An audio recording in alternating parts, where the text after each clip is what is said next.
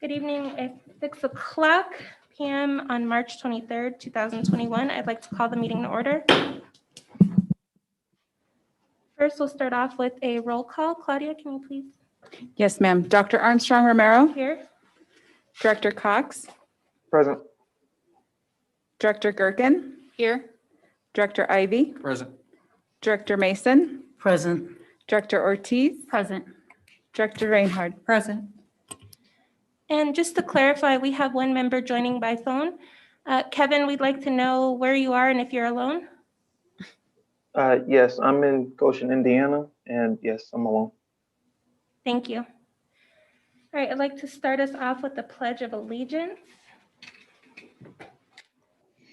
Pledge allegiance to the flag of the United States of America, to the republic for which it stands, one nation under God, indivisible, with liberty and justice for all. Thank you. So prior to welcoming our visitors, I think it's important that the board just take a moment this evening to recognize the lives lost in two separate mass shootings in the United States in the span of 1 week. The first on March 16th, where 8 lives were lost in Atlanta, Georgia. Those victims went to work and didn't come home to their families. And so it's imperative that we recognize the lives lost in that incident. And the second incident, which occurred close to home yesterday, less than 35 miles from here in Boulder, Colorado, where 10 individuals, innocent victims, lost their lives in a very senseless, tragic incident, just going to the grocery store or going to work. These acts of hatred, often motivated by racism, misogyny, hatred, they have no place in the world. And our children, the reason why we're here on this school board, this Board of Education, is so that we make their lives better, children's lives better.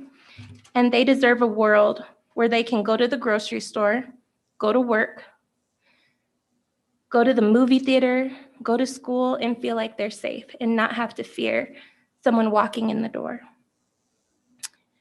Tonight, I'd like to take a moment of silence, and unfortunately, a moment of silence is all we can offer, and it doesn't seem like enough to the families, to the victims, and all of those impacted by these two senseless acts that occurred last week and this week. And we just want to tell families that that they're thought of, that they're held in our hearts, and we are so sorry for their loss. And we have some people that work in our district that have experienced this loss as well, very close to home. So we just want to let those folks know that they're in our hearts and in our minds as well. So if we can please take a moment to acknowledge those lives lost.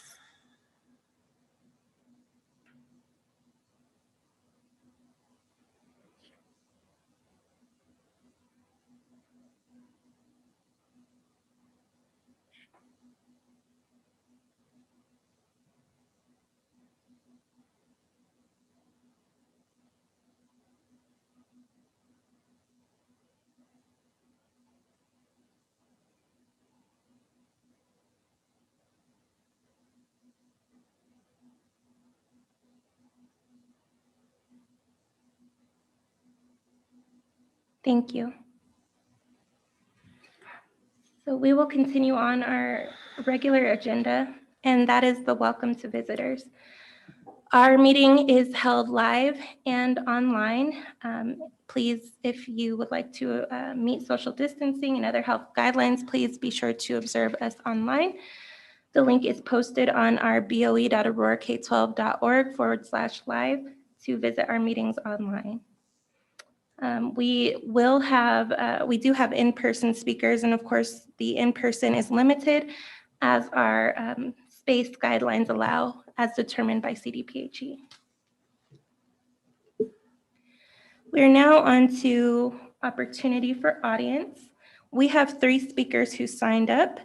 The first is Bruce Wilcox, And we have him speaking about asynchronous learning. And I believe Bruce is joining us in person. Yes, he is. Welcome, Bruce. Please state your name for the record. You have 3 minutes to address the board. Thank you. My name is Bruce Wilcox, President for the Aurora Education Association. I'm here this evening to thank Superintendent Munn for his decision to keep Fridays asynchronous. I know this decision was one that had many conflicting points of views and interests among various stakeholders.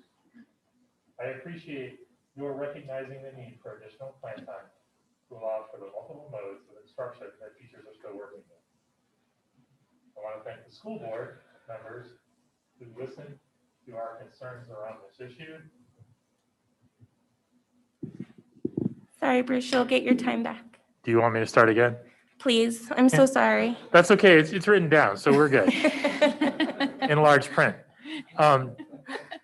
So I'm here tonight to thank Superintendent Munn for his decision to keep Fridays asynchronous. I know this decision was one that had many conflicting points of view and interests among various stakeholders.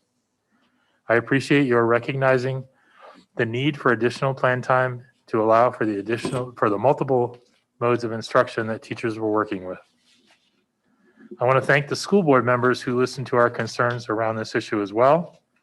And I want to acknowledge and thank over 2,000 licensed professionals who responded to the district survey and the 300 teachers who volunteered to take part in the focus groups that met to address engagement on asynchronous Fridays and discuss strategies to increase engagement. Finally, I would like to thank Andre Wright and the Student Success Team for their work in facilitating the focus groups and for compiling the data from the surveys and the focus groups. It was a tremendous effort done in a very short window of time. I believe the decision to keep asynchronous Fridays is beneficial to our students by ensuring that teachers are able to have adequate planning for the best instruction possible. Thank you again, Superintendent Munn. Thank you. The next speaker we have is Christy Landwehr. Christy, please state your name for the record. I know you're here, so we'll give you some time to transition over. And you will have 3 minutes as well to address the board.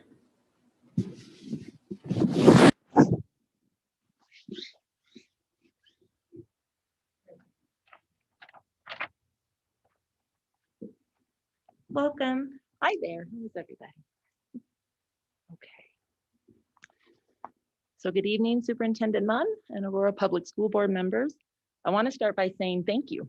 Thank you for your commitment to our kids by providing the mental health guidance emails. It was so apropos when you sent that out with everything that has just happened in our world. Thank you also for the free breakfasts and the free lunches and getting them back to school as much as you could for this year. I'm here tonight, though, to talk about next year. COVID-19 is not going to go away. Even when everyone has access to the vaccine, there will still be variants that will appear. Many parents and kids need a commitment from this board that even if variants do appear, we will keep with the science and the facts and not with the media and the hype. And we will have a full-time, all classes each week experience for our children, for those who feel comfortable doing so. My kids have attended the Vista Peak P through 12 campus since it opened, with my son being a first grader the first year it opened, and he's now an 11th grader. They love being Bison. They love APS, and they want to graduate from this fine school. However, they also want a school year that includes not only great academic in-person classes that are not 3 hours long each, but a realistic block schedule, as they have had in the past, or 7 classes a day, Monday through Friday. They also want to have homecoming, prom, sports, and all the other activities that make well-rounded adults, such as choir, plays, musicals, and school trips. If this can't happen through APS, it can with many charter schools in our area. We as a family do not want to go this route, as that means taking our tax dollars that currently go to APS and having them go instead to the charter school. I don't want to see this happen in our district at all if parents decide to go this route. That would be devastating financially. You can't do what you last did and promise going back to school like last fall, and then at the last minute change and have remote or hybrid be the only option. We have to stick to a plan of full-time learning, and then please stay with it. The survey you just sent out is appreciated, and I hope we all get to see the results of it. I hope you're able to provide a virtual platform for the students and teachers that do not want to come back full time. I also hope that the other option for next year is an in-person for both students and teachers who want to do this. This option needs to be completely in person with no distractions for the teachers or the students by having any virtual learning that they have to deal with at all. It is very hard on our teachers to do the hybrid model of teaching in person and then having students at home virtual at the same time. I hope we don't have to do any hybrid teaching starting this fall. There has been definite growth of students this year in learning to be flexible, dealing with technology, learning how to navigate their own schedules, and dealing with challenges. There have also been many hardships in dealing with technology, not having a teacher as available as they may need, emotional stress from being away from peers, and learning issues. Grades are down and morale is down. Please help lift these things back up by having just 2 choices this fall: virtual for teachers and students who want to go that route, and full in-person learning with all activities back in full swing for those teachers and students who want what our public school system was meant to be. Thank you. Thank you. Appreciate the time.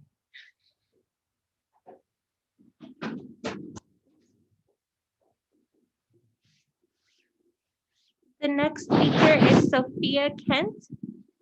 I'm unsure if Sophia is here in person. Oh, okay. Sophia, welcome. Please state your name for the record. Thank you for being here. You have 3 minutes to speak to the board. Okay, my name is Sophia Kent. Aurora Public Schools Board of Education and Superintendent Munn. My name is Sophia Kent and I am the school social worker at Montview Elementary. I joined APS this school year after graduating with my MSW from the University of Denver Graduate School of Social Work. I was adopted from China and grew up here in Colorado. After completing my bachelor's in psychology and women's gender and sexuality studies in Maryland and living abroad in Australia, I'm happy to be back here in Colorado and now be a part of the APS team. I come before you today to present a call to action. Last week, on March 16th, we lost 8 lives at the hands of a white terrorist. 6 of the 8 murdered individuals were Asian American women. Though this tragedy came as a surprise to many, it was not a surprise to the AAPI community. Since the COVID-19 pandemic began a year ago, a new wave of Asian hate began. At no fault of our own, the target on our community was amplified. In the last year, there have been 3,800 anti-Asian attacks in our country. During the town hall last night with the Asian Pacific Development Center, Aurora Police Department, and the 18th Judicial District Attorney's Office, it was shared that the number of reported bias-motivated crimes within Aurora significantly increased since the beginning of the pandemic as well. The rise in hate crimes against people of color, including Asian Americans, is happening all over the country and in our community. 85.4% of our student body are racial and ethnic minorities, with 5.4% identifying as Asian Americans and Pacific Islanders. Disproportionately, 25.3% of our district employees are people of color, with 2.4% being AAPI. Regardless of if these figures were 1 or 100%, we matter. We are one Aurora. Our pain is real. It has been a week since the mass shooting in Atlanta that targeted Asian American women, and the APS Board of Education and Superintendent Munn have been silent up until this morning. I can't help but notice the stark difference in response to the Atlanta shooting versus the Boulder shooting. Your silence emulates the societal expectation put upon Asians to be submissive and quiet, and it reflects the nationwide disregard for Asian lives. We are not seen, we are not heard.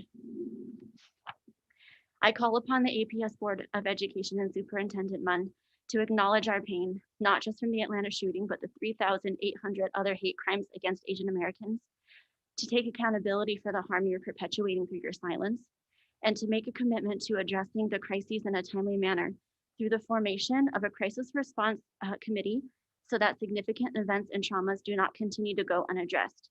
I ask for thoughtful consideration when determining upon whom the burden of responsibility is placed. This call to action was dispersed to our colleagues of color and allies this morning and has 143 signatures as of 5 p.m. today. I know the APS community is even more shaken after yesterday's mass shooting in Boulder, so I urge the board and Superintendent Munn to feel the amplified pain in our community at the intersection of the hate crimes against Asian Americans and the mass murder that happened in our neighborhood. Utilize your positions of authority and influence to give distinct and timely responses to trauma so that our community feels seen and supportive. Be an active part in our healing. Thank you. Thank you.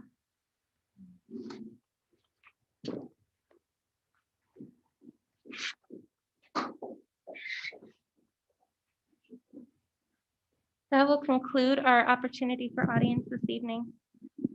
We are now onto the consent agenda. And we have 6 items. Would anyone like to make a motion? I'll make a motion to approve the consent agenda. Is there a second? Second. Thank you. The motion was approved by Director Ivy and seconded by Director Gerken. Is there any discussion? Hearing none, Claudia, can you please call roll? Yes, ma'am. Dr. Armstrong Romero, Aye. Director Cox, Aye. Director Gerken, Aye. Director Ivy, Aye. Director Mason, Aye. Director Ortiz, Aye. Director Reinhardt. Aye. Thank you. Thank you. We did have another item that was removed from the consent agenda, and it was at the request of Director Mason. It is the Daybreak Housing Project item, and I believe if the board is okay with moving that item before the boundary recommendation, because that item does call for a vote, or will call for a vote depending on the discussion. So Director Mason and then Superintendent Munn and group and leadership team members, if you would like to just give a highlight or provide information as to your thoughts on moving this item separate. I don't know who, Director Mason, would you like to start, or would you like for Superintendent Munn? Well, I wanted more information. Okay. Is there any specifics? Yeah, I mean, it sounds like a great program for the kids, but there's no information at the process of work. What kids are involved, how do they get involved? Where's the cost coming from? So there was just some more questions I have Okay. regarding a little more specific details to it. Okay, Superintendent Munn? Certainly. Thank you, President Armstrong Romero. Director Mason, the Daybreak project has been going on for a number of years, and this typically is an annual item that comes to the board as far as the completion of the Daybreak project and the sale of the house. This is a project out of Pickens Technical College, and we have Dr. Tina McConnell here with us tonight to speak to the overall project and to help answer any questions. Dr. McConnell, I assume you're out there in cyberspace somewhere. I am here and happy to answer any questions for you. Thank you. And we also have Brett Johnson, CFO, and Gina Lanier, Controller, as well, available to answer questions about the financial piece. Dr. McConnell, can you give us just a brief overview as to what is the Daybreak project? Yes, I would be happy to.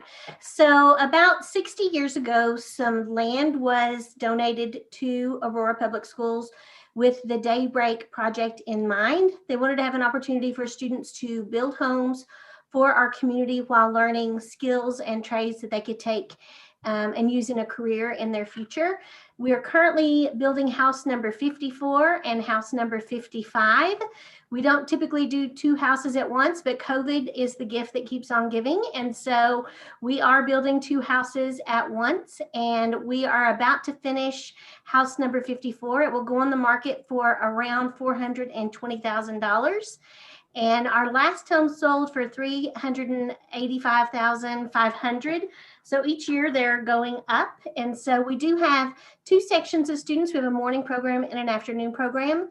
And the students learn theory or the lecture portion of the course at Pickens. And then they go to the site that's kind of a lab. It's considered a lab site where they actually build the house. We do contract a few folks to come in to dig out the basement, put in the beams, do some of the drywalling, but the students do the majority of the work. And we are now in a space that we're ready to create the development for the next set of houses, which is what this consent agenda is about, this item. We have to go in and get the utilities ready, sidewalks, roads, all of those things, so we can continue building beyond the 55 houses that we will complete at the end of this year. When our students go on into industry in some form of trades, construction trades, there's a lot of different opportunities that they have once they have completed our program. And Dr. McConnell or Mr. Johnson, can you explain how the dollars flow through the Daybreak project? I would like to hand that off to the finance department.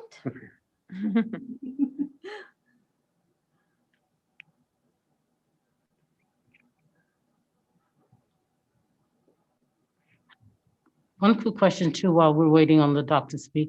How are the kids choosing to be a part of the program? Pickens is an open enrollment public institution, and so we are 50% high school, 50% adults from the community. Of our high school students, 50% come from APS, and the other 50% come from outlying school districts that are the responsibility of Pickens Technical College as an area technical college. And so it's a makeup very similar of our community. It just ranges from 16 to 60 plus is the age range. But how are they chosen to be a part of it? We are open enrollment, so they apply just like any college. They have to fulfill the expectations of the application and enrollment process. It's not a chosen situation, it's an enrollment situation. Okay, and that information is just given to the schools to pass that information on to students so they'll know that it's available for them? Right, and again, this is our 55th house, and so we're pretty well known in our high schools.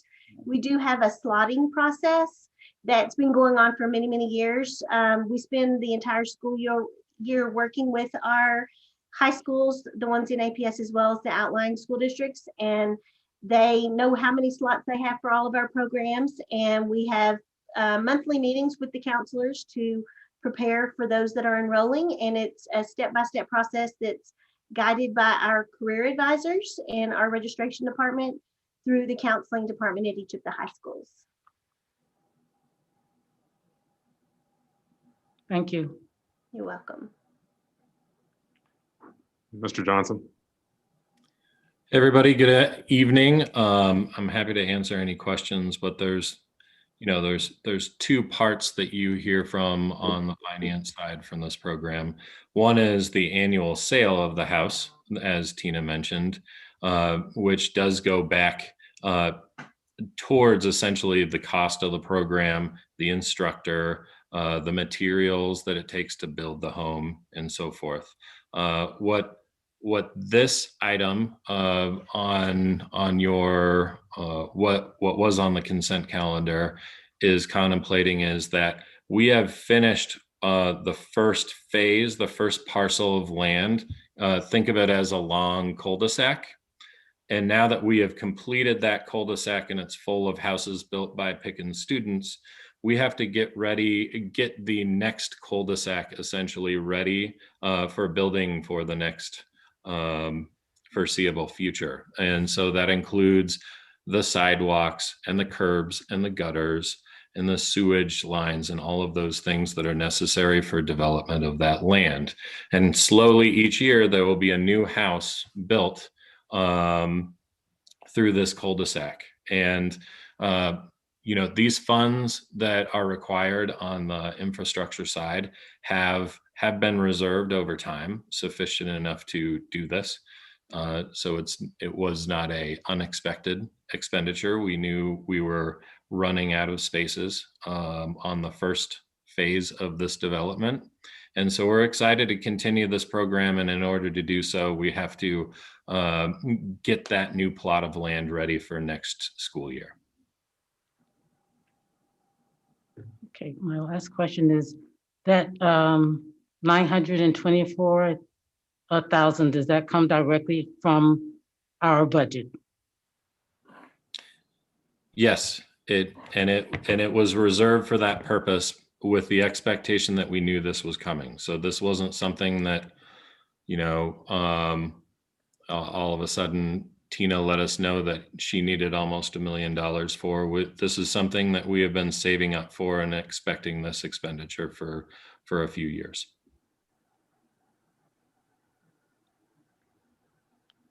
Board, the floor is open for questions.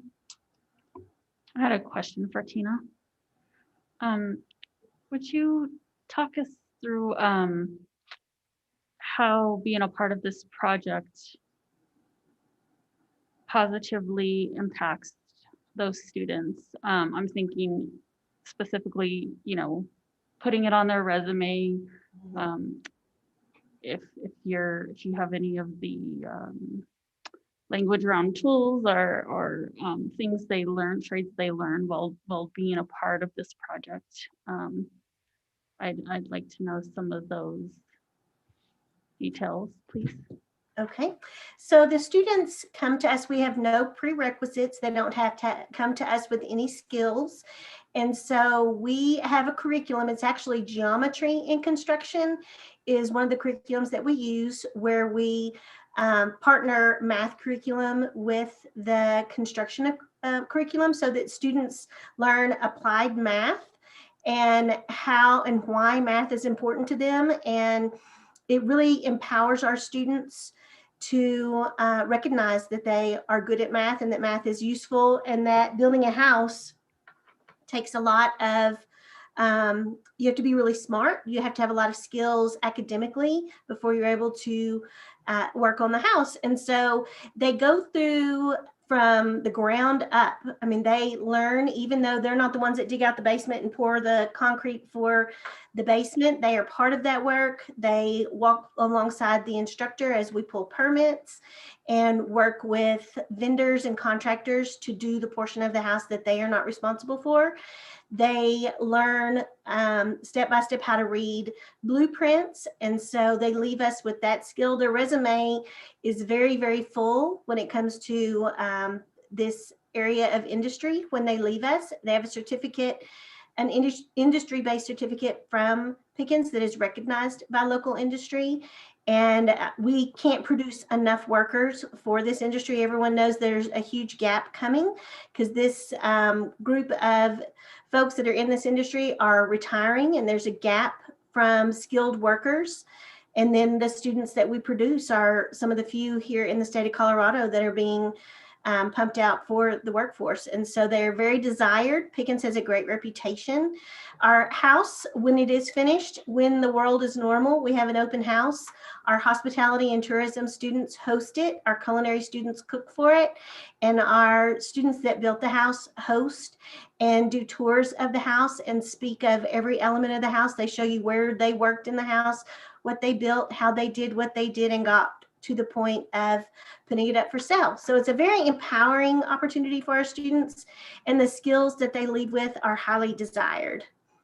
So we're very, very proud of this program, and it's been strong for many, many, many years. Thank you so much. That sounds amazing. Thank you. Thank you.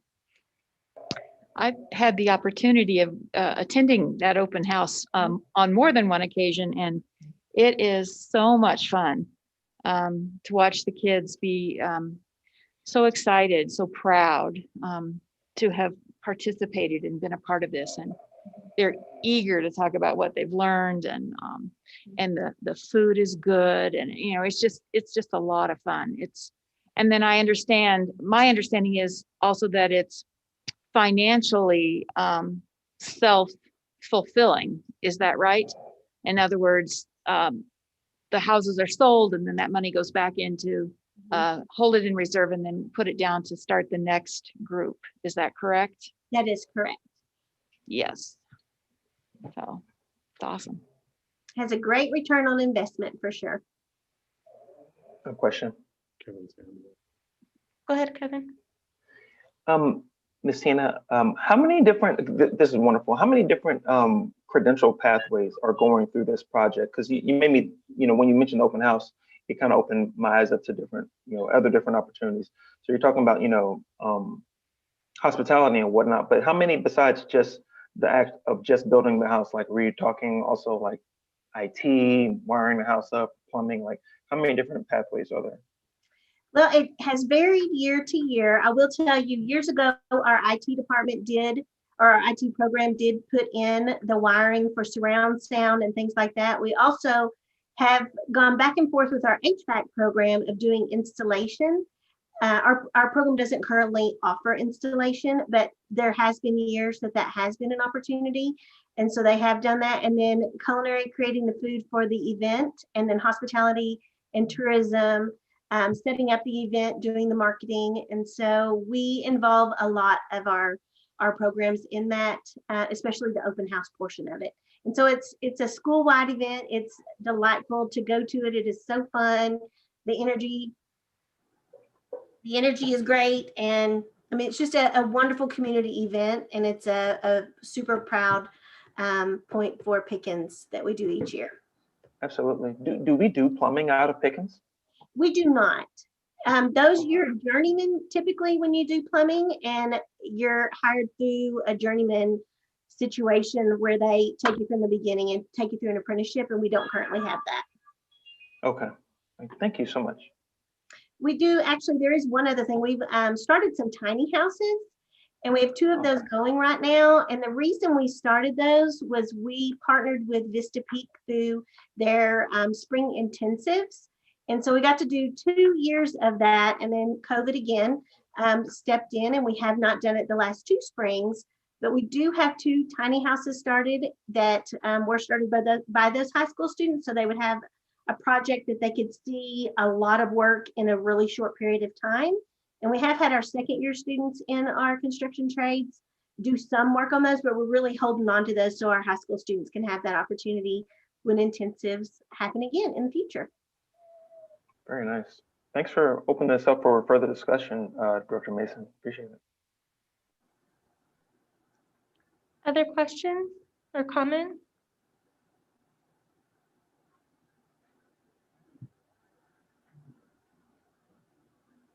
You sure?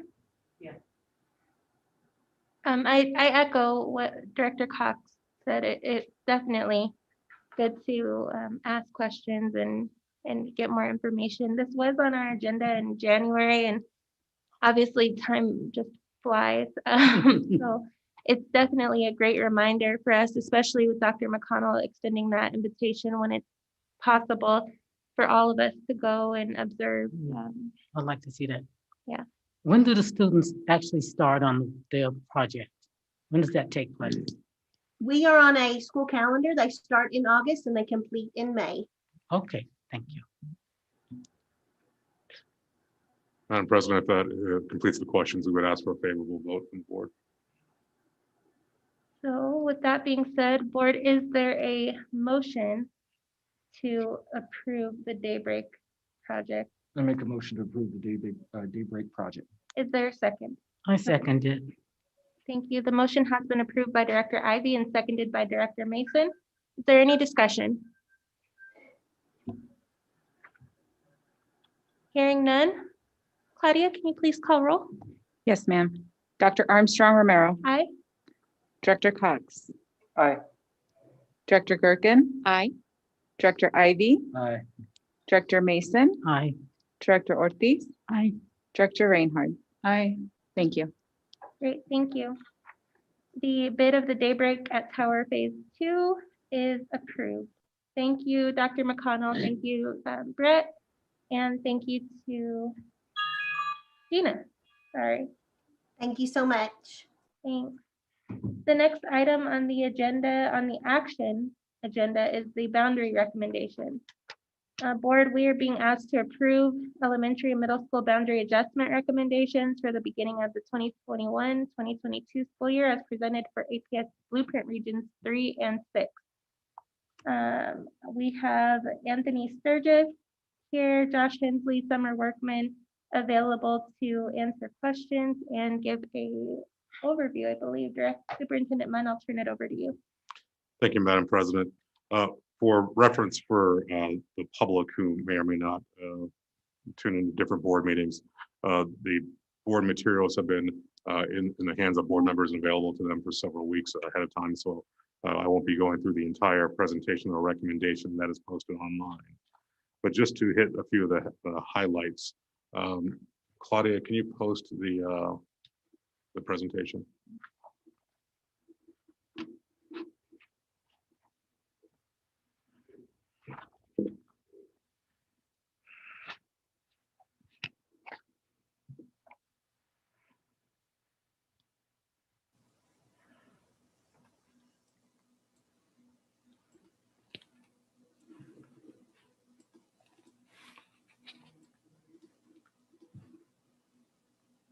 And board, by way of background, as we've gone through the blueprint process for several years now, since October of 2017, at some point along the way, we put up a graphic in front of you several times that had 3 tranches of work that kind of talked about what blueprint looked like.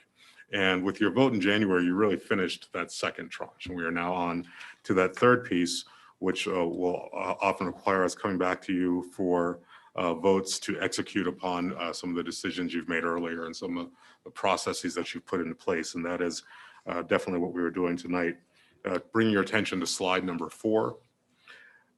This gives you a sense of process for boundaries. There was your vote in January, deciding to close both Lynn Knoll and Century, which triggered the need to have a boundary committee process. We are asking tonight, ideally, for you to adopt boundaries that have been recommended by me based upon the work of the boundary committees. And then that will kick off another round of work that we will have to obviously go to help our families make that transition, to do all the processes that we need to do to implement the work. Let me take you to slide number 8.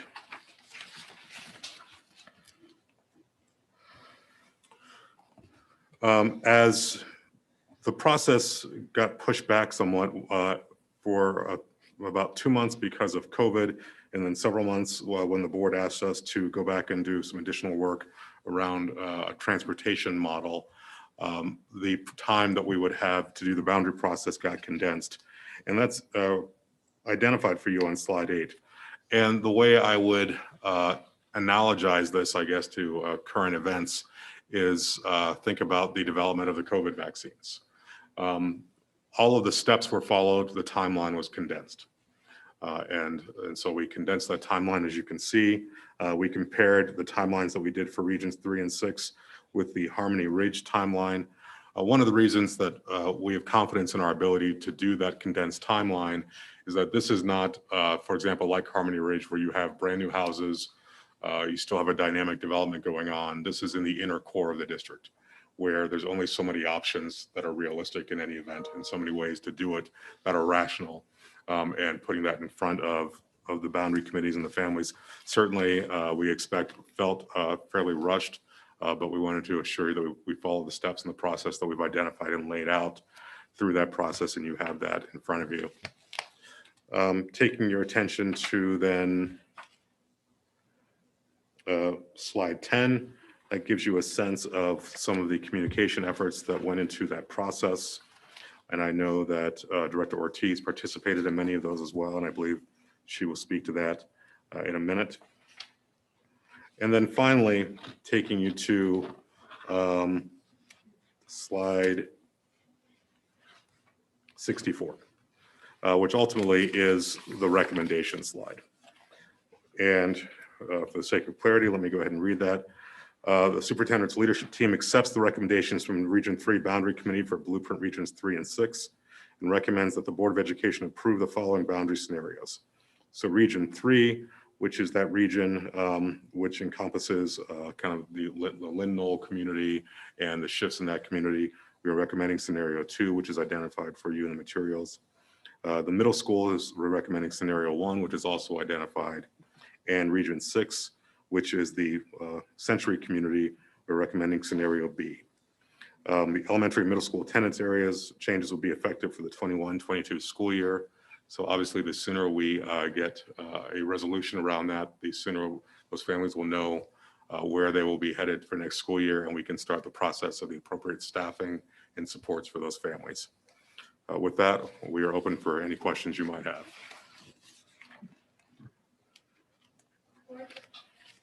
The floor is open. Director Ortiz. Thank you. So yeah, thank you, Superintendent Munn, for highlighting slide 8, which was the main reason why I wanted to move this item from consent and to action, to make sure we really take the time to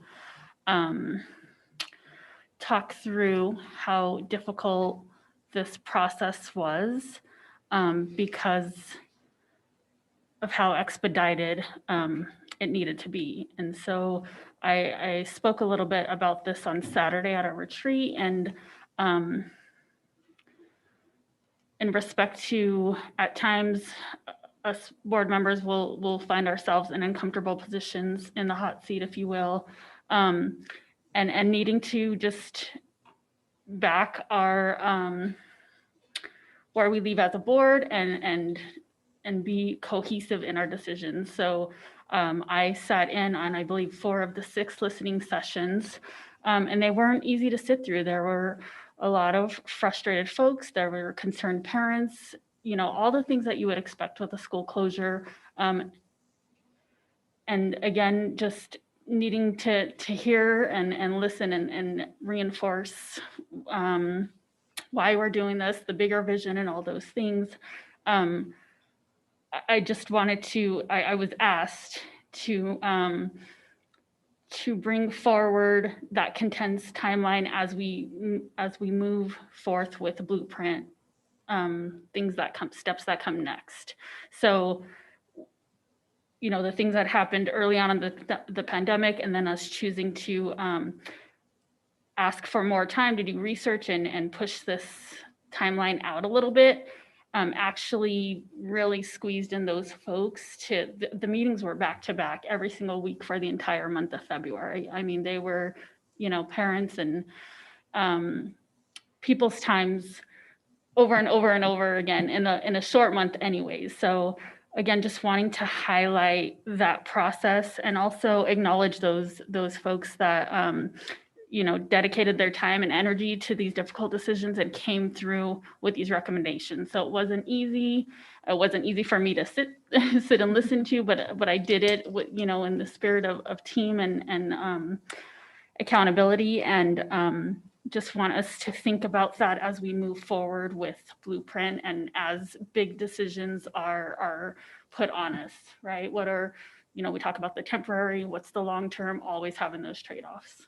So that's my soapbox. That's all I really had to bring to the table tonight about this, which is why, yeah, again, I moved it from consent to action for that tidbit.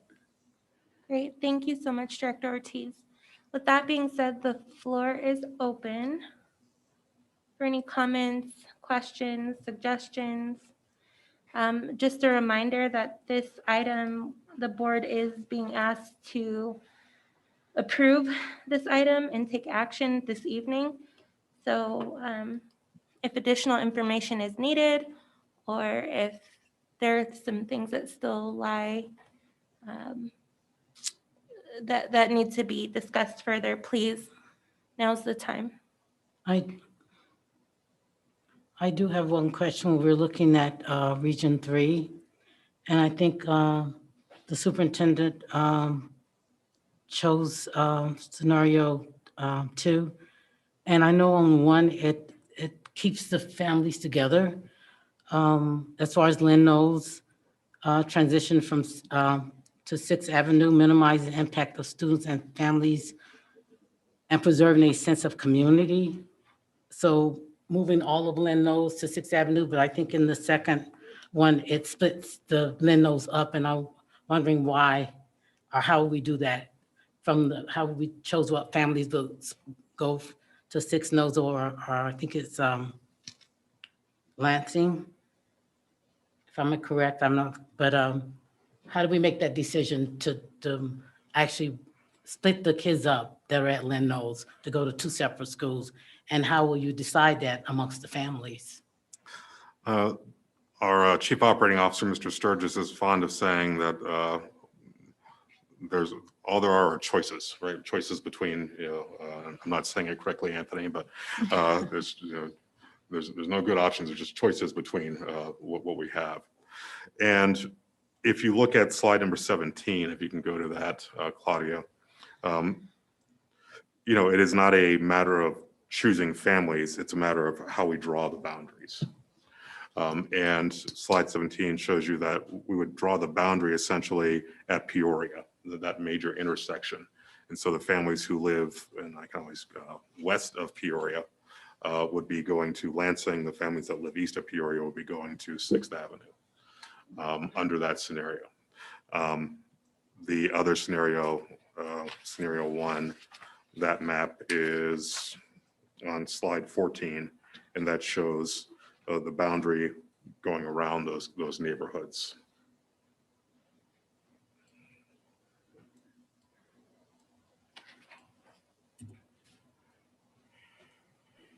Thank you. So, yeah, and if you don't mind, Superintendent Munn, Sure. just like to add to that, as and, Director Ortiz was certainly a part of most of these committee meetings, and there was very robust conversation with regard to the point that you raised, Director Mason. And I think ultimately what the committee decided, and based on strong feedback from the parent representatives from 6th Avenue, was that the potential for transitioning nearly 250 kids from Lindno to 6th Avenue would have presented some significant culture challenges at 6th Avenue. And while the 6th Avenue's parents and staff who took part on the boundary committee felt that they could certainly, they could certainly accommodate the estimated 246 students who would have attended 6th Avenue with regard to scenario 1. Ultimately, at the end of the day, the committee felt that it was going to be changed regardless, right? But the committee felt that by essentially splitting up the Lindno attendance area, it would be less of an impact at both 6th Avenue and Lansing Elementary School, as opposed to sending all of the students to either Lansing or all to 6th Avenue.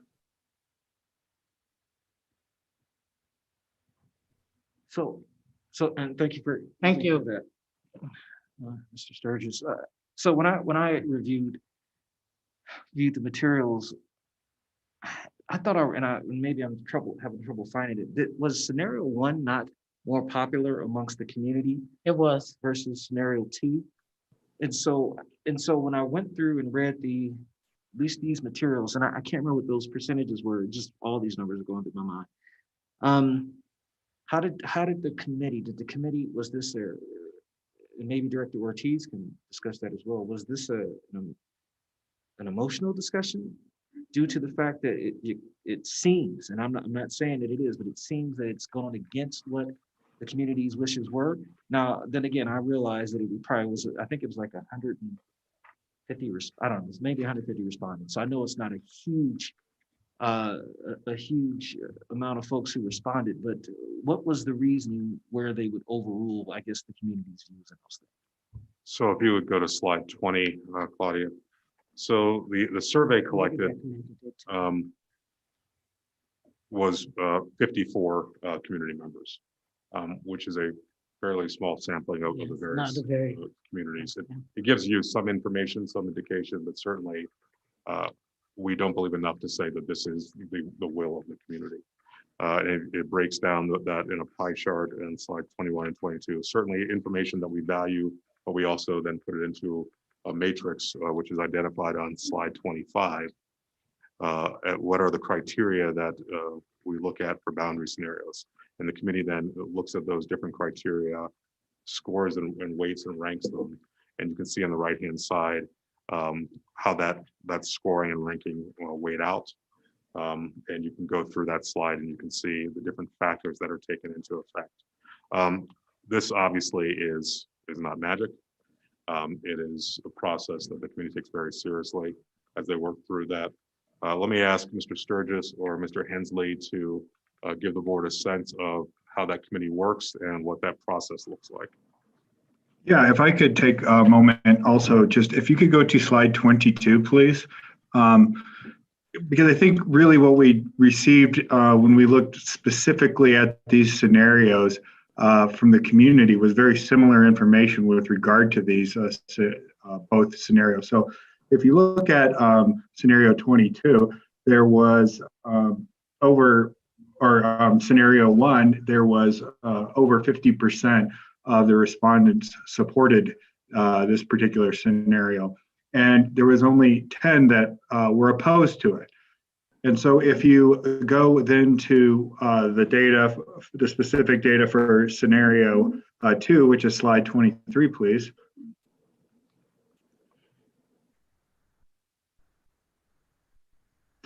So when you look at this, you see a very similar level of support for this particular scenario and a similar level of opposed. So I think that also is reflected in how the committee evaluated these scenarios, where they thought that, again, as has been described, is there's just a trade-off, and that they were both made some sense, and they made some sense to the community, and they were almost viewed equally. And you say, I understand you say equal, but they're not, because you got 54% strongly support, and 10% that were opposed for scenario 1. But in scenario 2, you have 12% opposed and only 52. I mean, so there is a difference, I guess. So at the end of the day, was it the committee who said, you know what, despite these numbers, we're just going to go with scenario 2? I guess I'm just trying to get a feel for how that came about. Because right now, when I read it, I was like, well, this seems odd. And then even when I look at those statistics that I think Superintendent Munn had put forth, it looks like on page 25 or slide 25, it says ES scenario 1, 88, and favored by the committee, ES scenario 1, 18. So still scenario 1 seemed to win out both times, but 2 was chosen. I guess my concern is this: it's just the aspect of, is this transparent in that aspect, in the sense that as to how we got to the choosing of 2 when it seems that everything else said 1. And I understand we don't have a huge sample size in that aspect. So I guess that's just what I'm trying to understand. And, and maybe I won't be able to get to that point, but that's really kind of where I'm at this stage. Thank you. Yeah, I think if I can address that, Marcus, certainly the feedback that we received via the survey, that was one piece of data, right? I think Superintendent Munn, if you want to go back, Claudia, to the slide that shows the scoring matrix that the committee used. As you can see from the scoring matrix, it was very close between scenarios 2 and scenarios 1.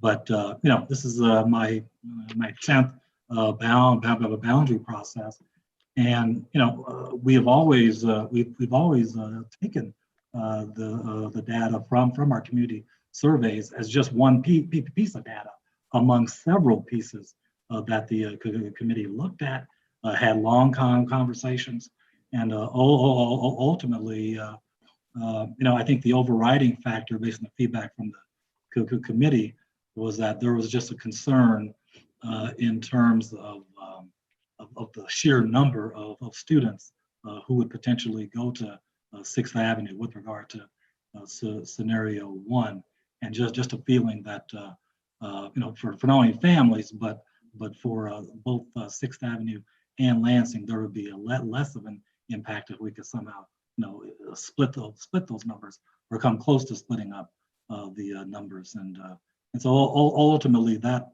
those are some of the guiding factors as far as the committee's discussion and the rationale is concerned. But certainly, we took great time and care in terms of the conversations that were had with regard to the survey results. Mr. Sturgis? Yeah. So is it, if you were to use the ability to split up the current load of students between elementaries right now, if that were to be criteria number 6, is what you're saying that that scenario 2 would have scored higher than scenario 1, if that were another criteria? Well, no, I think what I'm saying, Kevin, is that the committee really looked at a number of different variables and factors. However, the overriding concern and factor with regard to the recommendation was the committee felt that that potentially transporting nearly 250 kids to 6th Avenue would cause more of a hardship, just because of the quick change, right? And although change is difficult whenever you go through a boundary process, the committee felt ultimately that it would be less of an impact for families and for our schools to split the enrollment up, understanding, right, as we're all aware, as far as Charge 3 is concerned, that we're going to have to be going through this process again, right, when we establish the boundaries for the new Lynn Knoll P8 here in the next year and a half. I'm sorry, was there a difference cost between the transportation from scenario 1 to scenario 2? And I don't recall seeing it, but was there a difference in cost for busing, if you will? Now, to be honest with you, we haven't calculated the cost, Marcus, but basically, whether it was scenario 1 or scenario 2, there was going to need to be transportation.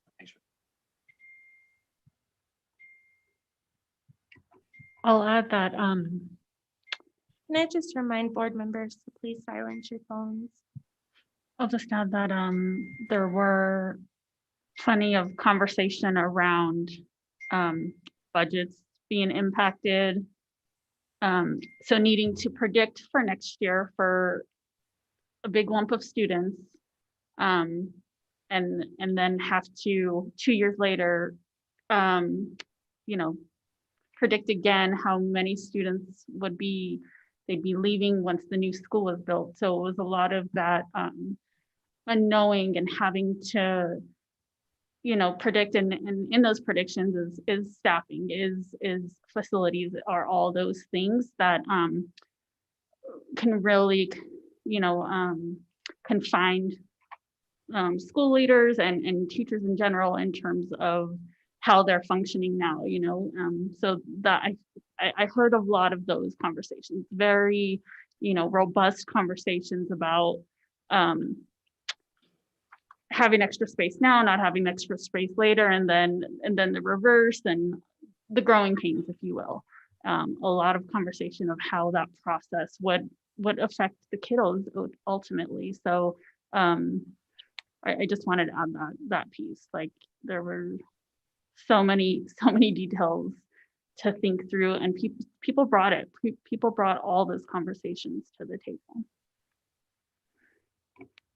Yeah, and I could just add, as I said, whenever you go through a boundary process, there is no perfect solution, right? There are only trade-offs, right? And so I think, Marcus, once again, to answer your question, I think the thinking amongst the committee members is that they could live with scenarios 1 and 2, but ultimately the committee recommended scenario 2 because they felt that there were fewer trade-offs with regard to if we could split Lynn Knoll's enrollment rather than having all 246 students attending one school.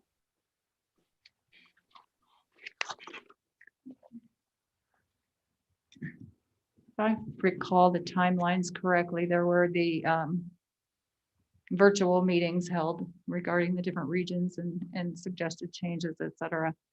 And I know there were interpretation services offered through those. I was only able to log into 1, maybe 2 of those.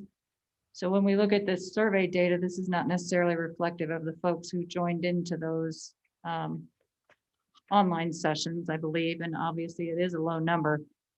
And when you read through this, it says surveys in English and Spanish. Was there ever any request for other languages for the survey to be presented in any other languages besides English and Spanish? Yeah, if I could ask a Summer Workman, who was part of the boundary committee from our communications department. Summer, can you speak to that for a moment, please? So we never had any specific requests for any additional language for the survey to come out in. And I would just add that due to the condensed lead time that we had, we probably didn't have a whole lot of time to get that translated into a bunch of languages. This survey, unfortunately, was only open for about a week or so. I can tell you though that as we move forward with communicating this change, we are prepared to do that as soon as tomorrow in all of our top 10 languages. I'm sorry, at the end, did you say all of the top 10 languages? Yes. Thank you.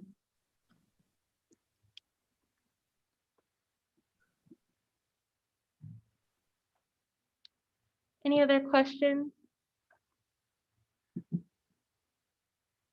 I just have one quick question. How many students, or I'm sorry, how many parents in total joined? Do you know?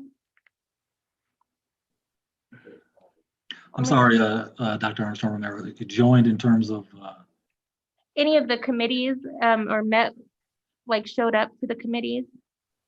yeah, so as far as the committee makeup, as far as Region 3 was concerned, and Josh, you can correct me, I think we had 4 parents that were part of that committee.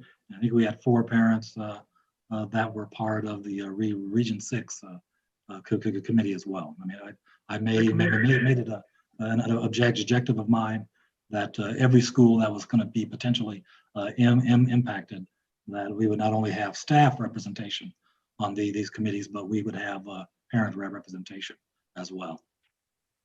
Gotcha. And I know that Director Ivy referenced slide 54, and I understand that, but I'm just wondering if you had consistent participation, because there were several meetings. So February 3rd, 4th, 10th, 11th, like, I'm just wondering how many parents on average would show up to those meetings. I mean, were they the same consistent parents or?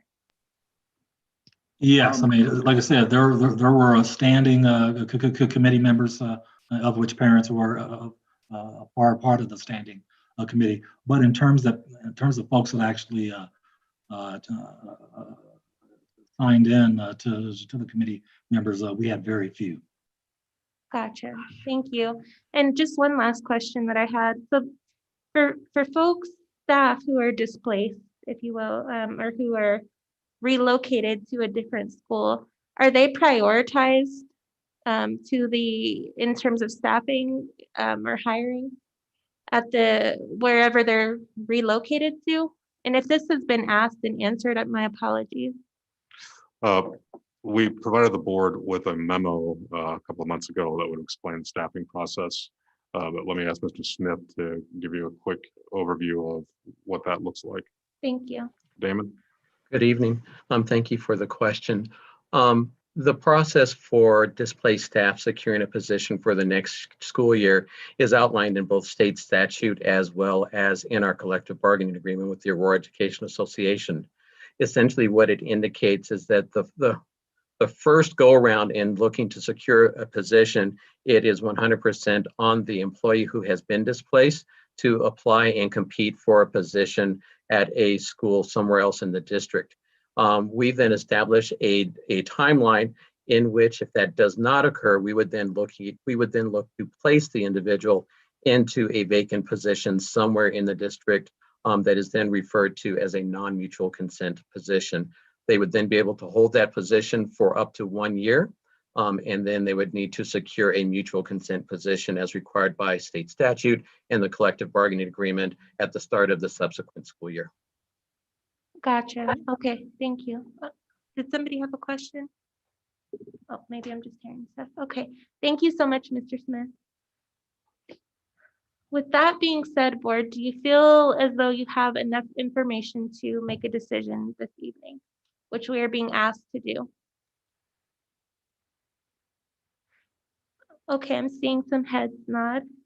Well, the next step is to ask for action on this item.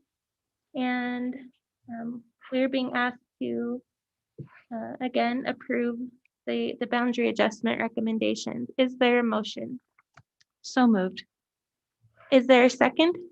Second. Thank you. Is there any discussion? Is this just for both of them or for one? This is for both. Am I correct?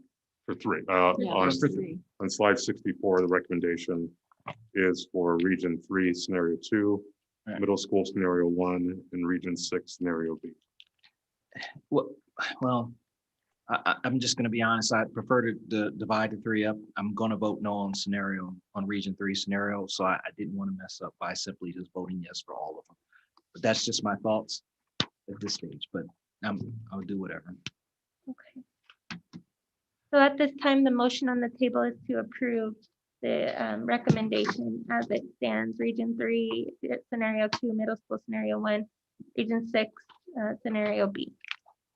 So any other discussion? And we have to take a vote on it, correct? Correct. There is a motion Are on we the going to be table. able to? Are we going to be able to split it up? No, the motion on the table is to approve the boundary recommendation as it stands. The motion has been approved and seconded. Should the motion fail, then we would talk about other language.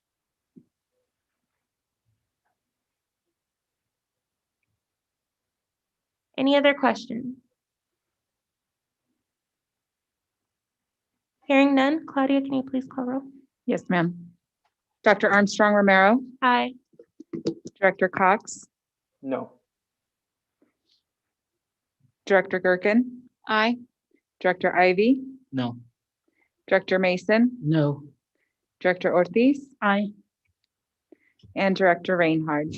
No. So the motion has failed. It is not a unanimous vote. With that being said, there is we can reconsider language perhaps, or board, I will take your leadership. Can I make a motion? Please. I would make a motion that we separate the three and vote on each of them separately. So if we could vote on Region 3 separately first, then middle school separately, and then Region 6 separately. And may I please ask possibly Mr. Sturgis and Superintendent Munn to maybe clarify if there's any implications or ramifications with dividing these items? No, they're not contingent upon each other. Great, okay. Thank you. So the motion on the table, I'm so sorry, Director Ivy, can you please restate that? It actually was confusing. Well, I guess my request would be, can we separate the three? And if we can I then make a motion at that stage? Yes. Okay. Hearing from Superintendent Munn. All right. So as it relates to Region 3, I will make a motion as it stands at this stage that Region 3, we vote on scenario 2, motion to put scenario 2 on the table is my motion.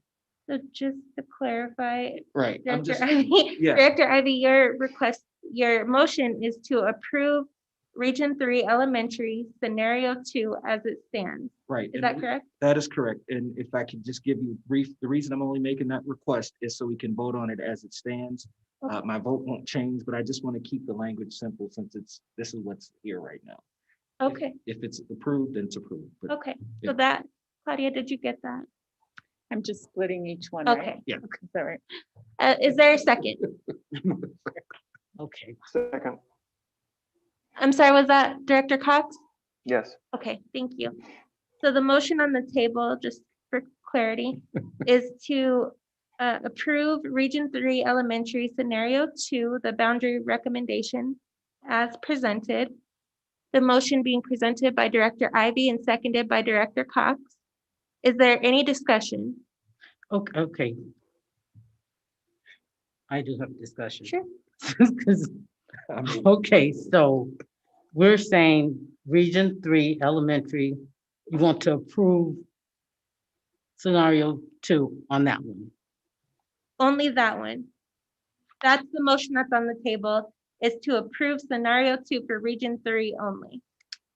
So Director Mason, I believe it's being presented the exact same so that it's not that we're switching the language at the last second.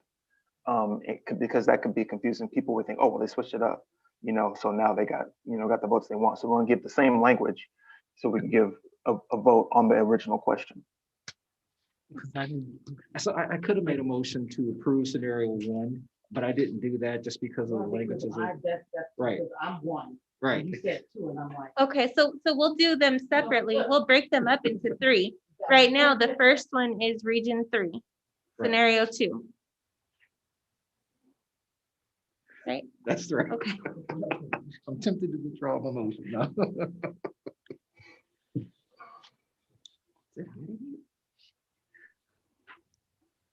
Any other discussion?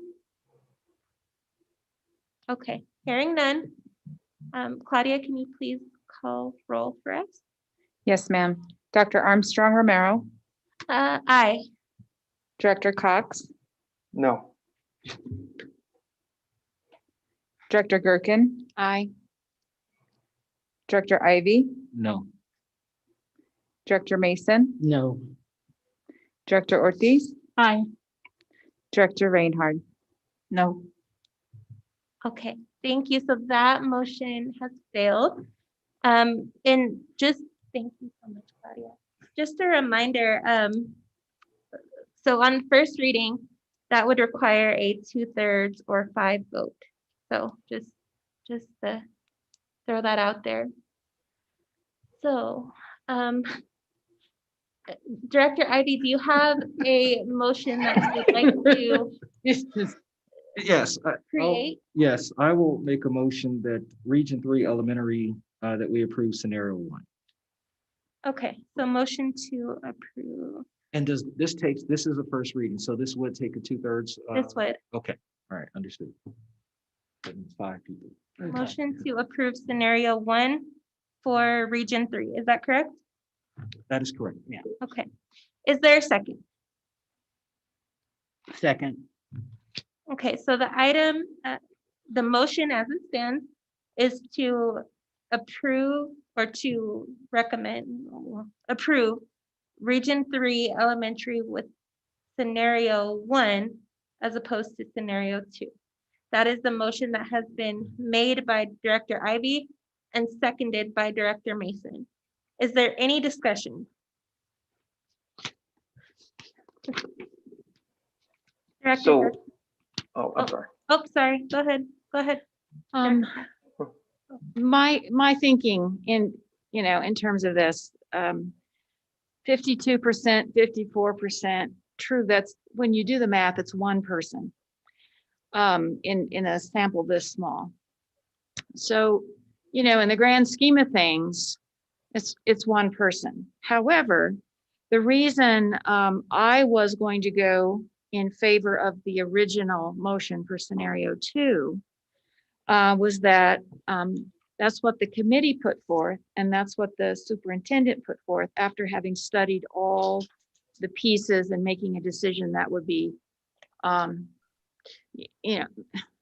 what they saw, taking all these pieces together, and here's what they came down to. This would be the best one. And that's why, even though it's only one person different, I decided to go with what the committee brought forward. Understand. Thank you. Director Cox? Yes, ma'am. So when I just look at the breakdown though, it looks like it's a slightly more stark difference in between the minimizing impact to students and families by their own criteria, by the first criteria, and the second criteria, preserving communities and neighborhoods. And then favored by the committee, the lower score being better. I mean, it seems like the committee likes it. I'm sorry. I'm sorry, I got that one backwards because that one went switched. But those were important criteria. I'm sorry, hate to mix up my language on that. But when we break it down, it seemed to be more as to what we say that we're more committed to. And I get the committees, and that's why I kind of asked Mr. Sturgis, if that was a separate criteria, the ease of splitting it up. But he's saying it's kind of more everything else. And if I can get some more clarity as to what I should be looking into more to give information as to why it would be more favored, just before we take a final vote. I mean, I guess I'd be willing to reconsider for a second, but I'm really looking more towards what impacts the students and families the most, and helps the parents and community, preserves the community the most. Well, I think, Kevin, and answer your question, Claudia, you can go to slide 16 and 19. right? Because irregardless of what the scenario we choose, it's going to be an impact to families. Whenever you have a boundary committee process, when you're going to change the schools of students and families, there's going to be an impact. And so here in the slide 16, we talked about the committee had good conversation, robust conversations with regard to the trade-offs involved. And this is with regard to scenario 1. Thank you, Anthony. Okay, and so if you go to slide 19, right? Once again, we spent considerable time, had robust conversation, understanding that there's no one true solution here. That you're not going to satisfy everyone. And so the objective of the committee was to weigh the benefits and the challenges, right? And ultimately, when we looked at the benefits and challenges for both scenarios, 1 and 2, the committee at the end of the day indicated that they could live with either scenario, but felt as if the benefits for going with the scenario, recommending scenario 2 slightly outweighed the benefits of recommending scenario 1. Thank you, Anthony. And I just want to highlight slide 13, which also helps to give me solace in the motion that was put forth by Director Ivy, the latest motion, in that both scenarios 1 and 2 address the committee's charge. So I mean, I'm fine with either. Obviously, as Anthony said, there will be an impact to families either way, but I definitely could go for either in my personal vote. Any other discussion? I do, sir. Director Ivy? If we don't, then we would have to wait a month. Is that correct? Before we come back again for a second reading? At that point, it's just a simple majority. Is that the problem? And I guess, is there an implementation that we need to start now, which is why we're asking now? Superintendent Munn.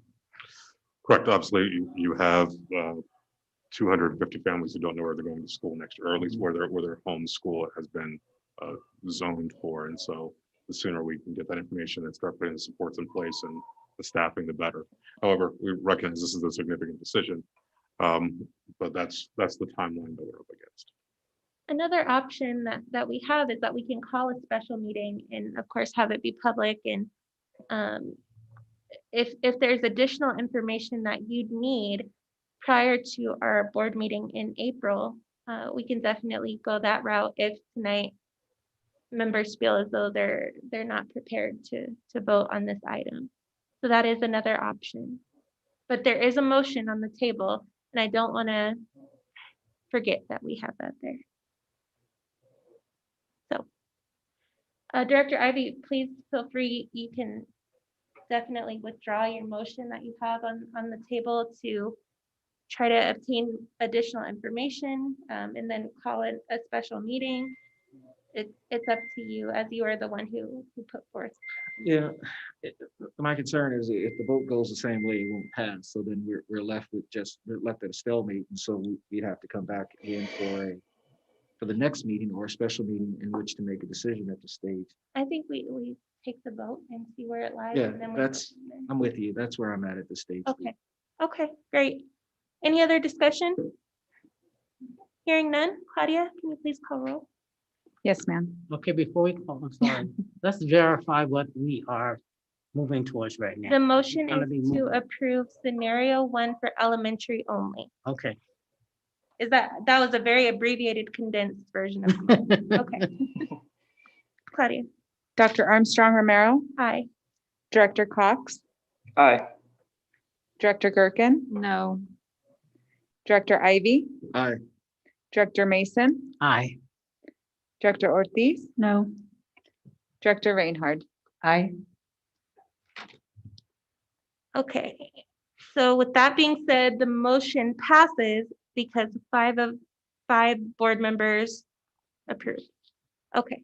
Thank you for bearing with me through that. All right. The next The next item is elementary, or I'm sorry, is middle. Goodness. Is there a motion to approve the boundary scenario 1 for middle school? I move to approve the boundary as suggested. I'm sorry, I was trying to find the slide again. That's okay. Scenario one. It's slide 64. Okay, yeah. Um, For scenario 1, thank you. Gotcha. So Director Ivy has made a motion to approve scenario 1 for middle school, the boundary scenario, scenario 1. Is there a second? Second. The motion has been seconded by Director Ortiz. Is there any discussion?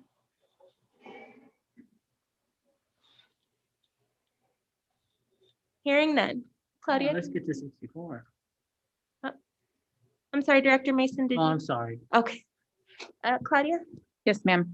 Dr. Armstrong Romero, Aye. Director Cox, Aye. Director Gerken. Aye. Director Ivy, Aye. Director Mason, Aye. Director Ortiz, Aye. Director Reinhardt. Aye. Thank you. All right, so that motion has passed. The last motion on the table will be for Region 6 Elementary, Scenario B. Is there a motion to approve the boundary scenario as recommended by Superintendent Munn for Region 6 Elementary, Scenario B? So moved. Is there a second? Second. The motion has been moved by Director Gerken, seconded by Director Ivy. Is there any discussion?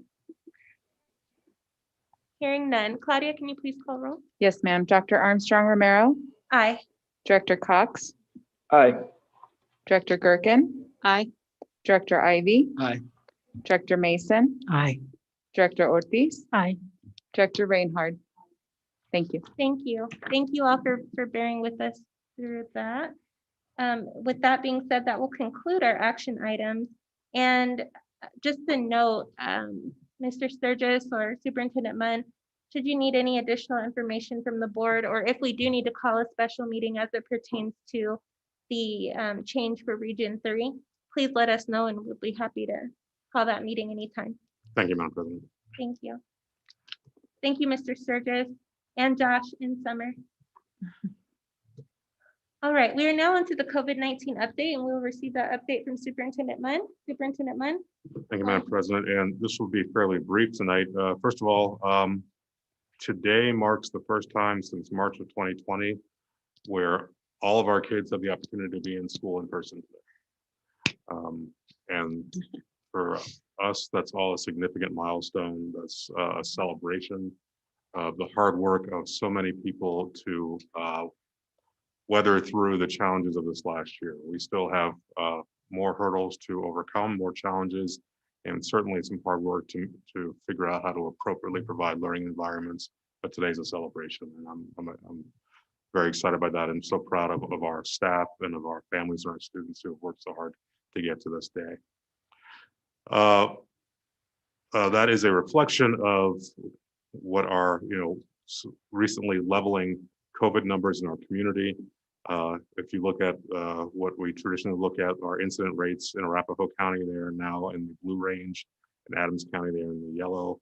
That averages out for APS in our specific region to be in the blue range, and also for our 2-week positivity rate in that blue range for those who are still following that. CDPHE, as our understanding, will be releasing a new dial starting tomorrow, effective tomorrow, which we will make sure we understand, evaluate, and appropriately apply, of course. But again, with the recommended range being in-person learning, and then obviously hybrid and remote being options that should be looked at and provided as appropriate. We will continue, obviously, to look at and monitor all those numbers. Following spring break, as we have seen in most breaks, we anticipate the possibility of a spike. We hope that it's a spike that looks more like what we saw post-Christmas, which was a very small spike and then quickly came back down, as opposed to the spike that we saw in the fall. But it's obviously too early for us to tell that, but our IRT teams and our health services team are closely monitoring those things and doing all the work in place. To our best understanding, all of our staff who wanted to be vaccinated, have been vaccinated. Most of them have received at this point their second dose and are kind of working through that 2-week window to get to what we understand to be full efficacy of the various vaccines. And so we're very excited about that. We're excited that in the community, we continue to see an increase of vaccinations and then subsequently moving closer to herd immunity. But we are still, as you know, and I sent you a memo probably about 2 weeks ago, kind of articulating some of our planning assumptions going into next year. We are certainly not planning for COVID to be gone, but we are planning for it to be in a space of understanding that the adults will be vaccinated, perhaps not these students. And so how we can operate in that space will be subject to continuing understanding of the work of Tri-County Health as informed by CDPHE, as informed by all the national folks who are doing this work. So we continue to develop our plans and structures around that. We'll be in a place, I think, of more fully identifying and rolling those out in the next couple of weeks, and then also looking to what federal dollars, how those will support the efforts to provide our safe, secure, and appropriate learning environments, and also address our resilience and recovery plan, which is meant to address our learning loss. So all those things are actively in the works as we are looking at how we continue to do our work with our students. The next step of our kind of re-engagement with in-person learning will be evaluating whether or not we are able and whether it's appropriate to bring our high school students back full day, at least 4 days a week for session 8. Session 8 does not start until April 27th. So we have several weeks to evaluate this current shift that we are in now, where we have students in on a half-day basis. We'll evaluate that over the next couple of weeks and then make an announcement in subsequent weeks. With that, Madam Chair, that ends my COVID update for the evening. Great, thank you. And I just want to echo your sentiments and sincerely thank the staff. I know it's been incredibly challenging. And so I really just want to echo and highlight that, and I'm sure the board shares in the same sentiment, that we truly appreciate all of the work that has gone into hybrid, remote, in person. In addition, we'd like to thank students and families for remaining flexible and sticking it out and through the hard times, and we're all getting through it together. And so we just thank you all for your leadership. Addition to you, Superintendent Munn, and your leadership team, we'd like to thank you all. You guys have done an impeccable job over the last year managing this situation, this unprecedented situation. And so just like to say thank you for all of you. With that being said, we are now on to board work.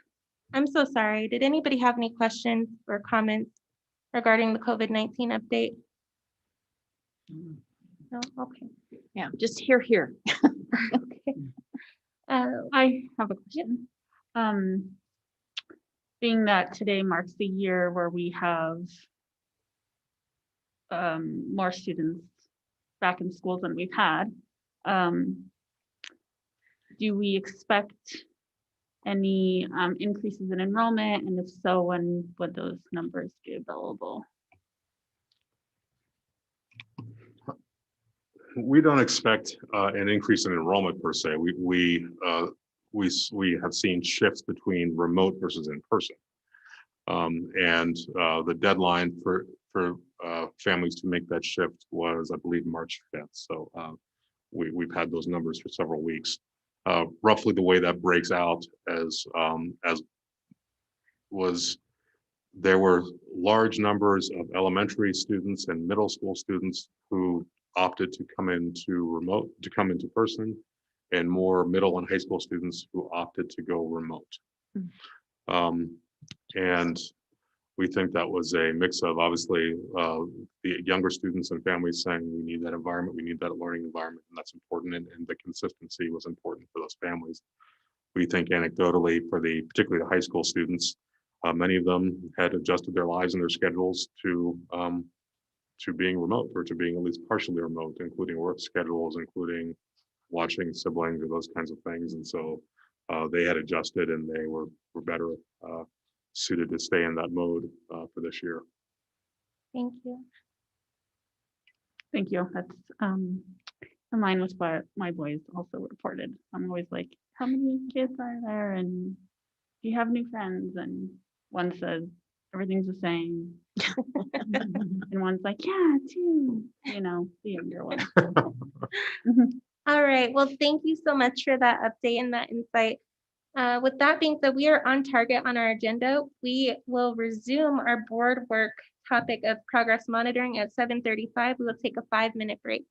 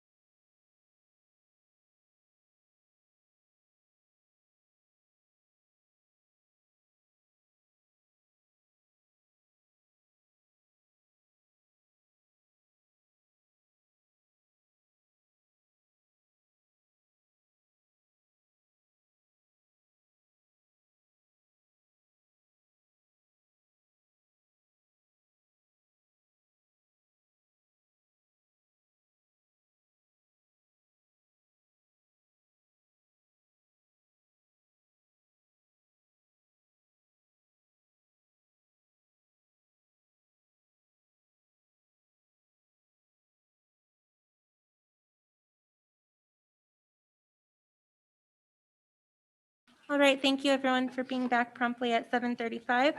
We do have AJ Craybill, our facilitator from Council of Great City Schools, on the phone or video to assist us in the progress monitoring activity this evening. So AJ, I didn't know if you'd like for me to turn it over to you or if you would like to just kind of be a background support for us through this. I am here to be supportive if necessary, but intended largely to be in the background role. Okay. All right. With that being said, thank you for being here with us. On Saturday, March 20th, we did have a retreat and we went over progress monitoring quite extensively. And so, Board, if you would take a moment, and Claudia, I'm not sure if you're able to project the draft progress monitoring target. And if we can go to page 2 of those.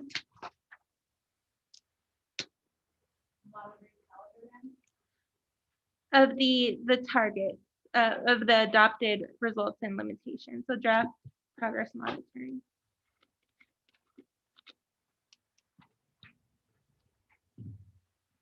Or draft results limitations, progress measures.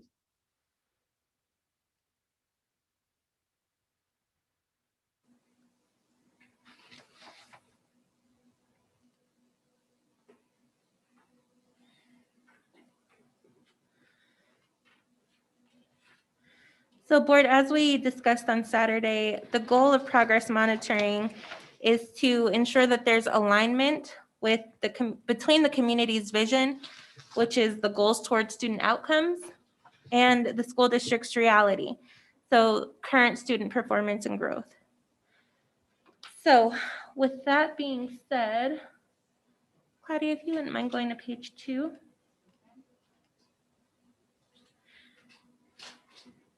Superintendent Munn and the leadership team have drafted, based on our adopted results and limitations, draft progress measures with annual targets.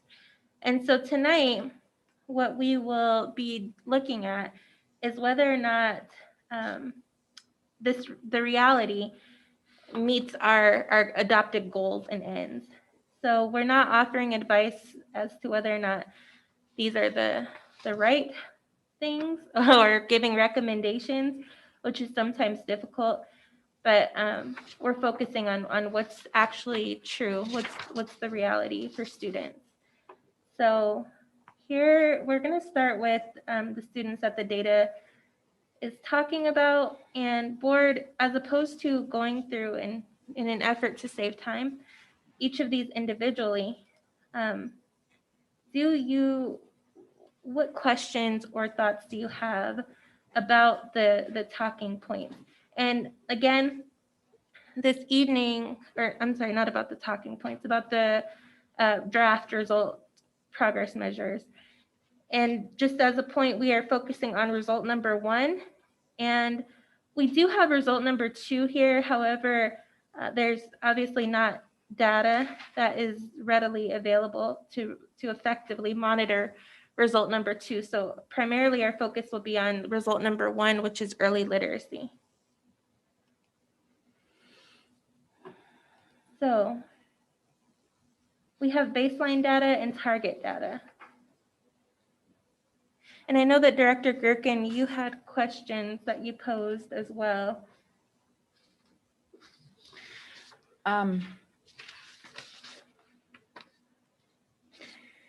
You know, I don't have those questions in front of me right now, but I guess they're in Board Docs, but they were answered. And that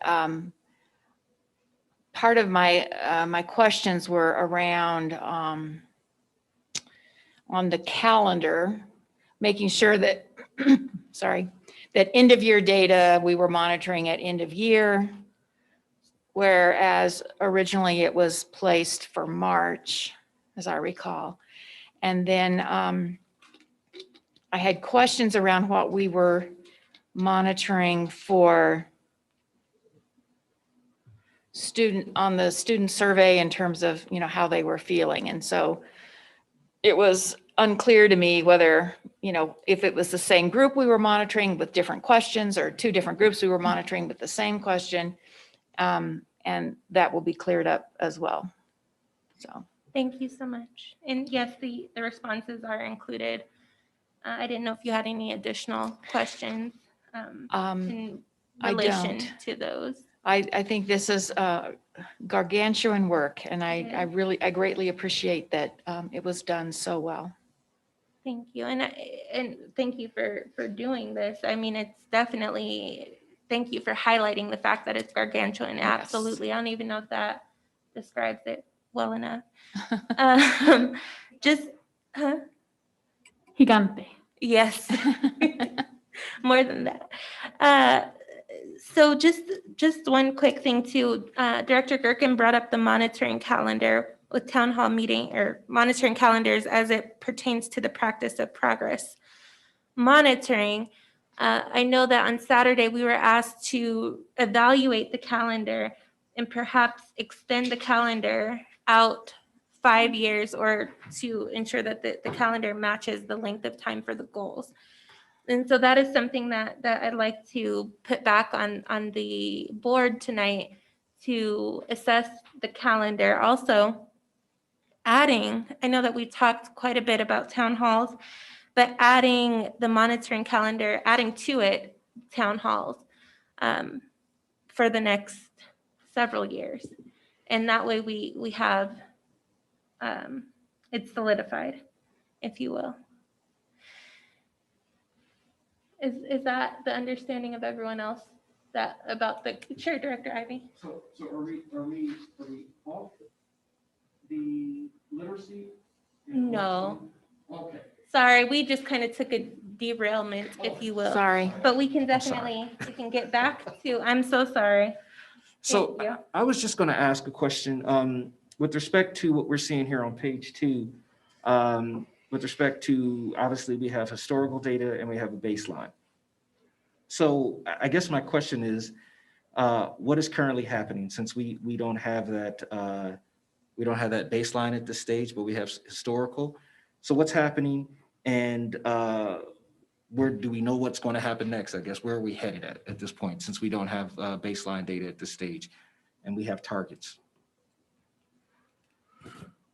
So we have what we're considering baseline, which is kind of what life looked like in our norm for 1920 as our data. And that was the baseline that also informed the board's overall result using the CMAS data as the baseline. It is unclear when we will next get consistent CMAS data based upon state and federal guidelines. So the board is asked to continue with the progress monitoring measures in that interim. We have the actual data from our middle of the year assessment, which is in that 2021 block in the middle. And then we will also get end of year data to kind of get a sense, start hopefully getting a sense of trend data.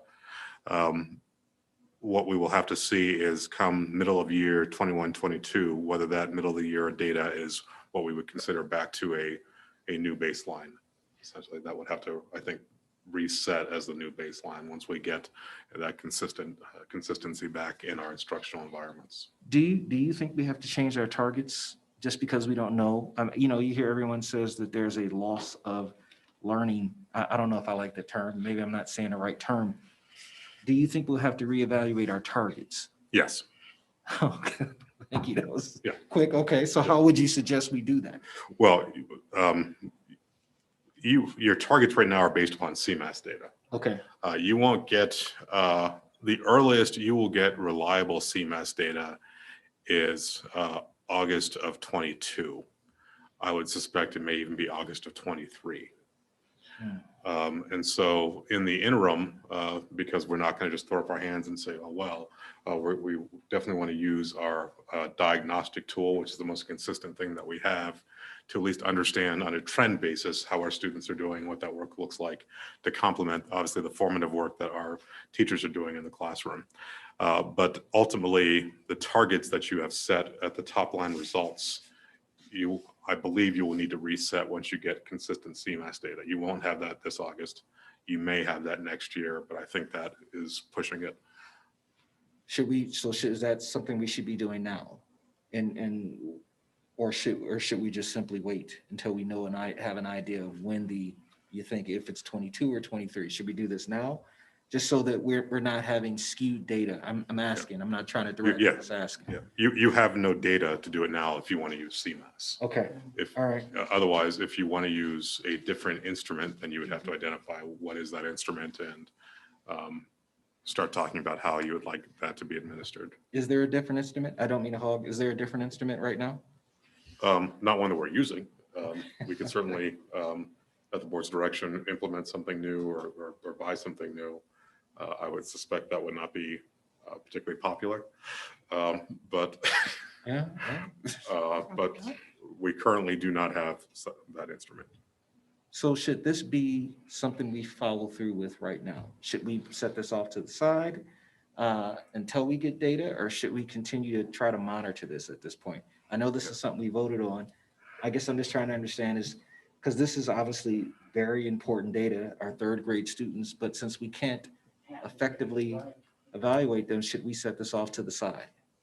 My best understanding of the board's interest was to get the structure in place and to make sure that we have a solid structure in place, particularly as you are looking at a potential board transition in November, but to get a solid structure in place that indicates to the community and indicates to staff and administration that we will continue to push on outcomes for students, that will continue to be the focus of our work. And while our data may be imperfect, but that we are not going to lose focus on that as what we're trying to push towards. And those are great questions. And to follow up, just to piggyback on Director Ivy, I'm wondering, I know that the iReady data, it doesn't include writing. And so is that a significant component that skews this result, do you think? Or is that something that can give you somewhat of a idea of where students are faring? I think that's a significant part of why we indicate that iReady data is not predictive of CMAS scores, because they really, at the very basic, don't test the same things exactly. But to the best of our historical experience and perspective, we know that somewhere around a 6-point increase in iReady can translate to a 2 to 3 point increase in CMAS. That's based purely experientially. It's not necessarily empirically been proven over a long history of time.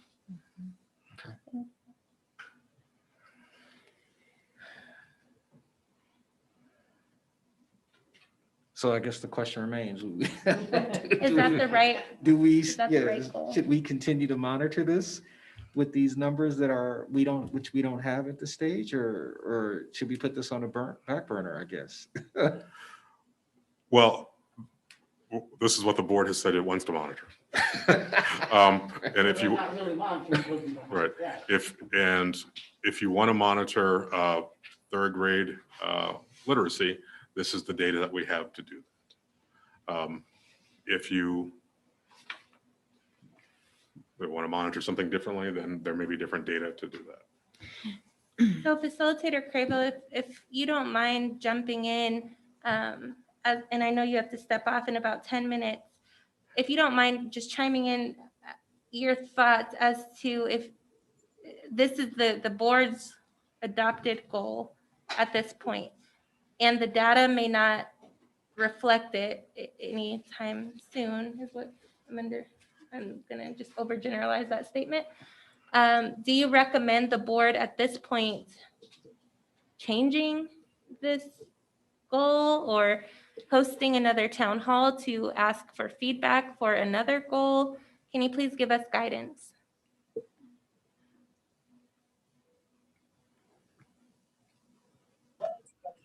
Yes, this is a normal behavior that a whole lot of folks are experiencing. And what they're having to do is go back to the data, work with your senior staff, and bring forward new targets for really all of your goals and progress measures, just because they're so out of sync with where reality is right now. And so that's a normal process. It's happening all across the country. And it makes sense that you all will have to go through that process as well. What you should expect is call on your senior management team to, at a future session, to bring back a series of recommendations. And that last statement, I'm sure, was a series of recommendations before you cut out. Superintendent Munn, is that feasible for your team?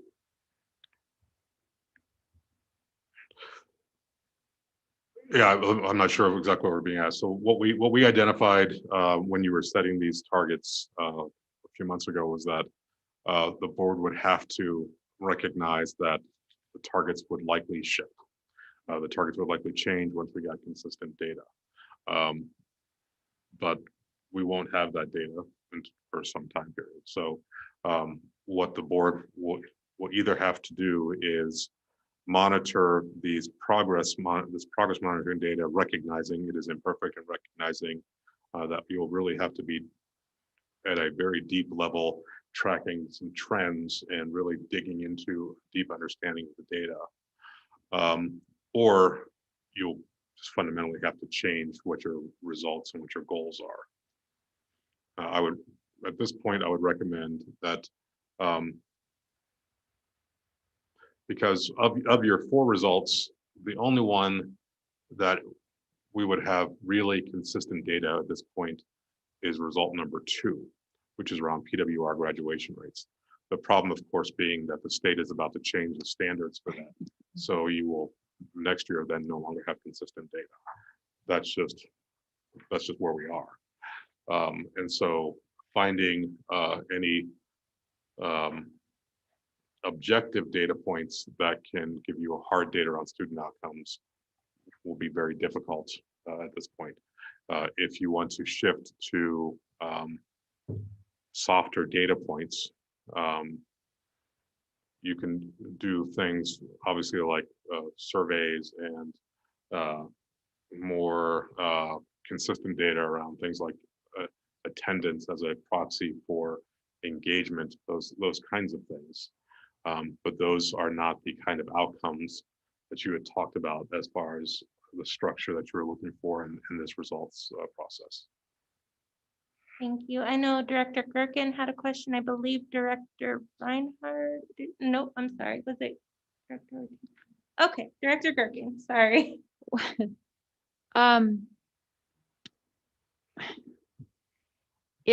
It's a dilemma that we find ourselves in here, trying to, we want to monitor progress of kids. And what we have doesn't, the iReady assessment doesn't correlate with CMAS, which is where ultimately we said we wanted to watch year to year. One reason that I would keep with iReady watching that is that my understanding is, so help me out if this isn't correct, that, if you know what your kids in tier 1, at least those are, it doesn't predict with CMAS, but at least it's saying these kids are more on grade level. Tier 2 is farther away from grade level, and tier 3 is even farther away from grade level. At least you can monitor that and watch that. And on top of that, the diagnostic piece of that is helpful for teachers. So it's not just an assessment that's thrown in there for our sake of monitoring, that they can actually use this data immediately to make instructional decisions. And so that's one reason why I like following that still, even though it's not gonna predict for us what kids will do on CMAS 1, 2, 3 years from now. I wish there were something better, but I'm not crazy about the idea of buying another test, trying another thing, one more change. So that's where I sit. I'm okay with changing it up later when we know what baseline really is. I share similar concerns. Just last night, DAC committee, who was on that call, presented out in detail of iReady, I asked a question around English language learners about iReady being adaptive for English language learners. Well, actually, my question was, is it available in other languages, which Spanish, but we don't use that. So going into this conversation, that would be my only concern with us possibly using iReady in place of CMAS for the time being, and agreed, I don't want to throw in another test, you know, for all the reasons. But just worry about having to try to, you know, find that balance of the things that CMAS would offer us that iReady doesn't. And forgive my ignorance, but does CMAS, is it, how do English language learners do on CMAS? Is it in their language? Are they able to, so it's still that complexity, right? Yeah. Is that? I was literally on the CDU website trying to read as fast as I could about those accommodations. Didn't get that far. We still have. It's So we still still have those inequity barriers, yeah. but it wouldn't be resolved either. I mean, with the result that we have. I have a question. I tend to hear from teachers, you know, when we're having conversations about, you know, the standardized testing is, what about student SLOs, you know, student learning outcomes? What can we use right now? Is there anything we can use right now that's available to just look at direct outcomes?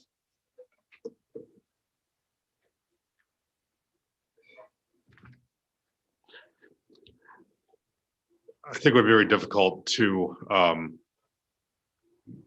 look at SLOs at the board level, right? Because those are typically identified at the school and at the classroom level. And so if you're trying to look at macro data, that's not going to give you a macro comparison of progress of the district, unless you did, kind of a Hattie level analysis that just looked at, you know, what percentage of people are meeting their SLOs. But I'm not confident that that would give the board a significant in-depth understanding of student level outcomes. Okay. So with that being said, the current draft measures, progress measures that we do have in place, are those the right ones, or there any other suggestions based on what we've learned tonight?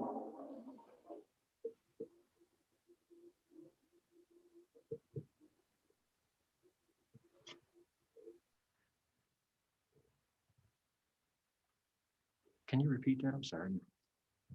The draft progress measures, so 1.1, 1.2, and 1.3, looking at the, well, obviously there's no target data for 1.3, but 1.1 and 1.2, there is target data, and there's an overall target based on our expectations of CMAS in the future.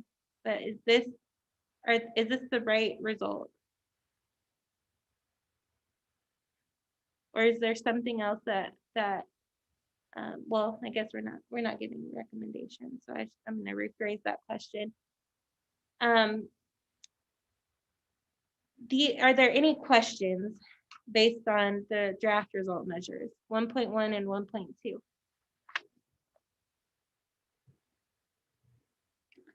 I have one. So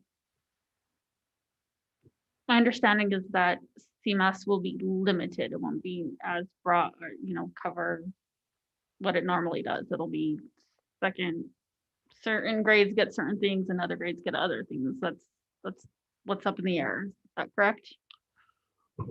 That's the request that's been made to the federal government. We don't know when we'll hear a response back. Okay. So I guess twofold. What are we planning on right now?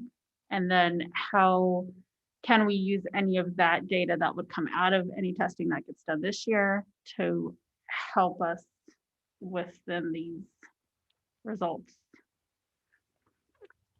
I mean, at present, by law, we're required to prepare for and execute on the full suite of CMAS.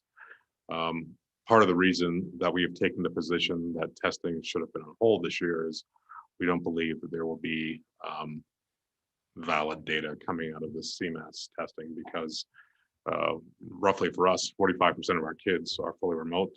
They are essentially going to be opting out of the test, we expect. And probably another percentage of our in-person students will do so as well. So which means we'll be testing a very, a minority of our overall student body on CMAS. So comparing that to our normal testing year, we'll also be doing it at a time where we have not, where so many of the other factors are askew, and also the comparative basis that we have looking at growth across districts and all those things will just simply be not valid data to look at. So using that as a baseline would not be something that we would recommend. Got it. Thank you. So is it fair to say that result number one, and tell me if this is not correct, we are on target as it stands, despite what Director Ivy highlighted earlier, the learning loss. We are on target to meet our goals. Is that correct? Aside from 1.1, which it shows the baseline was 41.8, and then the second part of that is 37.7%, and then 44%. And then the same with 1.2, but in the future, we're on target. Is that correct? If you look at page 2 in that data box on the bottom left-hand side where it says additional analysis, what we're reflecting is a status of on track, not because we are necessarily saying we are on track to meet those CMAS goals, but because this is the first year, right? So our actual is our target. Right. Right. Okay. And so going into, we have set targets for subsequent years, and we will then have to track at that point and see if we remain on track or on target, or if we're setting a new baseline. But I would say the on track analysis is merely a reflection of the reality of that. This is just the actual from year one of a target setting process. Okay.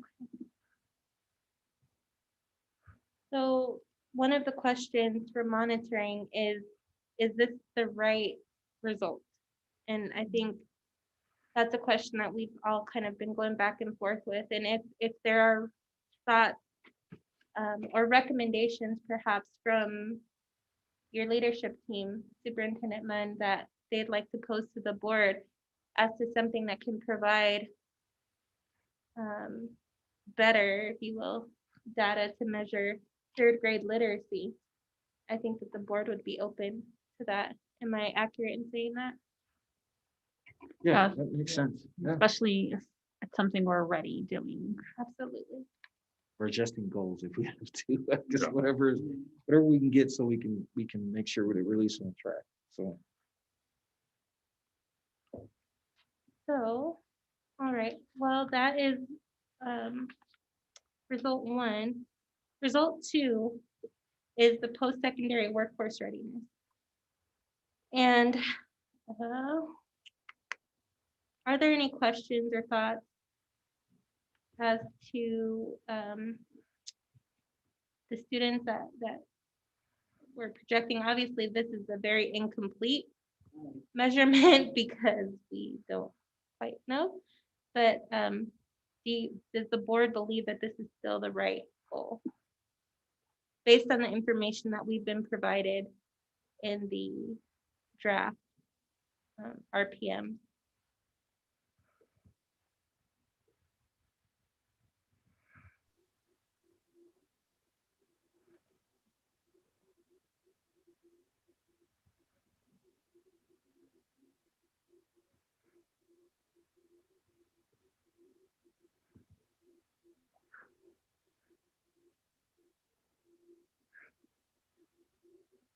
Superintendent Munn did talk already about the future focus with the anticipated changes, and that will be something for the board to continue to consider as to whether or not this remains the right goal and right monitoring.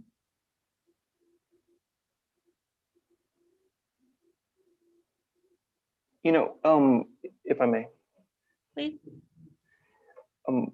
Thinking about those student learning outcomes, and that it's not as macro as maybe easiest to deal with in such a large district. You know, I keep tuning the horn of one of my favorite charter schools, that Academy of Advanced Learning, and they take all this valuable information that they gather from their learners on a daily basis, and it's like they have almost up to date by the day assessments of each student.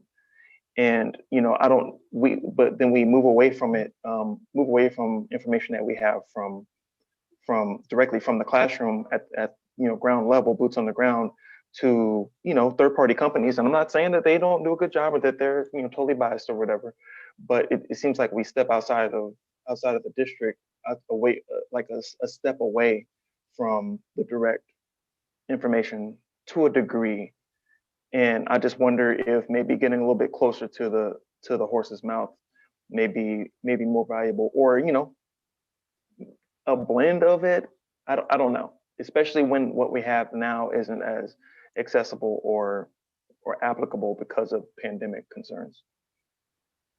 Absolutely, and Director Cox, that is something that we talked about on Saturday, and I know that there's a lot going on Saturday as you were by phone, but something that we talked about with hosting regular community engagement town halls to report to the community about our results and limitation work, and of course, community training for upcoming elections.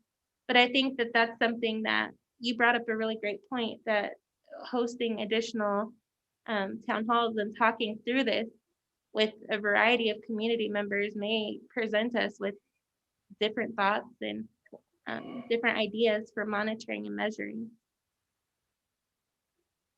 Thank you.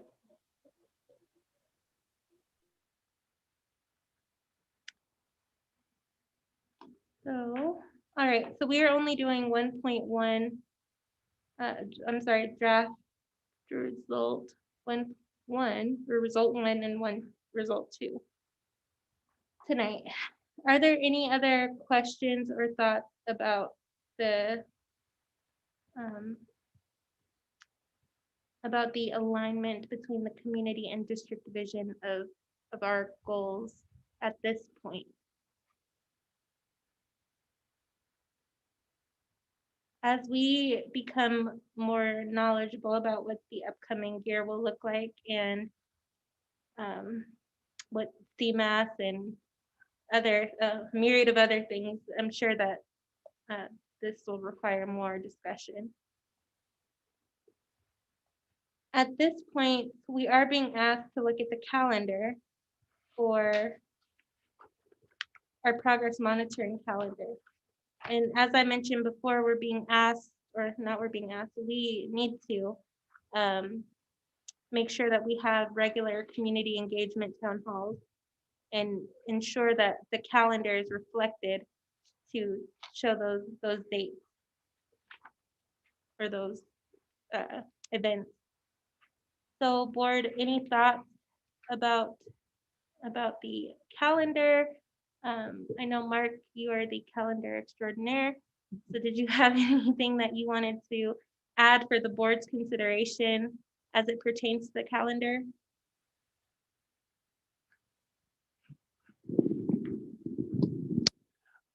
Thank you, Madam President. The only thing I would like to say is that as a suggestion that came out of Saturday's retreat, that we would add to the calendar the community engagement on a quarterly basis, as well as the semi-annual board training or familiarization, if you will, as well as extending the calendar out to 2026. And so those would all be things that we would incorporate into a calendar if the board so chooses. Board, is that your understanding as well? Yes. Mine too. So with that being said, any guidance from the board that you need in terms of ensuring that those, I know that Director Ortiz on Saturday recommended moving up the date of the community training for board members, potential prospective board members, possibly to June, and then maybe another one in August or so, which would not be, I mean, semi-annual. It would occur pretty. Right, and we will absolutely take that into consideration to make sure that we're able to do that. And then what we would do at this point, put that all together out to 2026 and bring it back to the board for your formal review and approval of that calendar. Great. Any other thoughts or suggestions as it pertains to the monitoring calendar? One thought, and it's not helpful, I'll say that now. If we don't have results to reflect on and report back out on with the community, how do we, come up with talking points for those town halls? Like we're stumped on limitation results 1 right now, and it's nobody's fault. It's the world we live in, but just wondering, I guess putting that out there. Sure. And I think Superintendent Munn has something he'd like to add, but really quickly, I think it would look very similar to what we did before, because it was before we solidified our results and limitations. So we were getting that community feedback and really just talking through what it might look like to adopt. So I would imagine that it would look similar, but Superintendent Munn, and I'm sure AJ has recommendations too. I think it would look similar, but I do think that the progress monitoring measures are data points that are worth sharing with the community. You'll have to explain them. You have to explain, here's what we know now, based upon this. Here's what it tells us. Here's what it doesn't tell us. Here's what we're trying to do. And it becomes a conversation with the community, but again, an effort by the board to, again, educate the community, educate others around what our data means and how that impacts the work that we're doing. Well, absolutely. And I definitely, that resonates with me that, talking to the community, especially if we're hosting, education sessions for people wanting to run for school board, them knowing that our 3rd grade literacy rate, right, in 2019 was 21.8, right? Those are things that when we ran, we didn't know. And I think some of us were still surprised to some degree in September when we really delved into the results. So you posed a really great question, and thank you, Superintendent Munn. I think that's helpful. Any other thoughts or comments?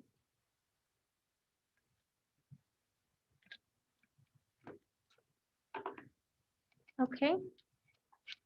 So Mark, do you feel like you have what you need from the board to extend the calendar and to add those dates? Yes, absolutely. Great. Thank you. Thank you. All right. We are now on, and honestly, I'm just going to be honest and frank with the board. I hope that is what our facilitator was looking for with the progress monitoring. If it wasn't, I'm sorry, and I'm sure we'll go at this again next month or the month after, and he will help guide us and lead us in the right path. So with that being said, policy perception checklist. Did the board receive information tonight that requires a policy change? Perhaps with the focus on 3rd grade literacy, we'll continue to monitor that. Is there anything else that I missed tonight aside from the additional monitoring on draft result 1? No? So at this time, we are now onto open dialogue, and I just wanted to highlight something tonight. We did hear from Sophia, and Sophia very clearly asked the board to, it was a call to action for the board and Superintendent Munn and district leadership to create a crisis committee. and I don't quite know what that would look like. And to be quite honest, that it's my hope that we don't have ongoing crises to that we have to have such a committee. I know that in 2012, that was the last time that our local district really experienced something very close to home.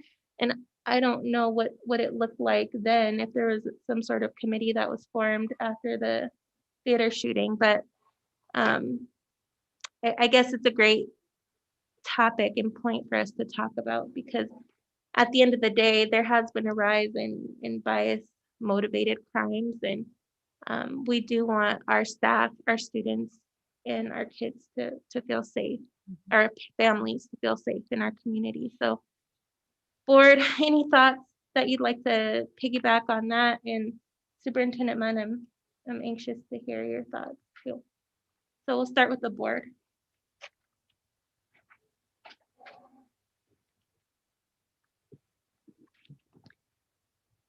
When I was listening to Sophia, I heard her say, first of all, a very deep personal sadness that we hadn't made a response.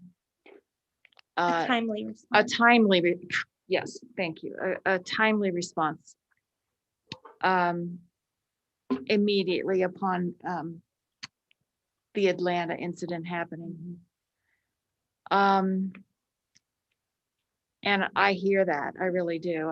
Our students and teachers, families perhaps needed to hear from us, and they didn't. And like so many others, we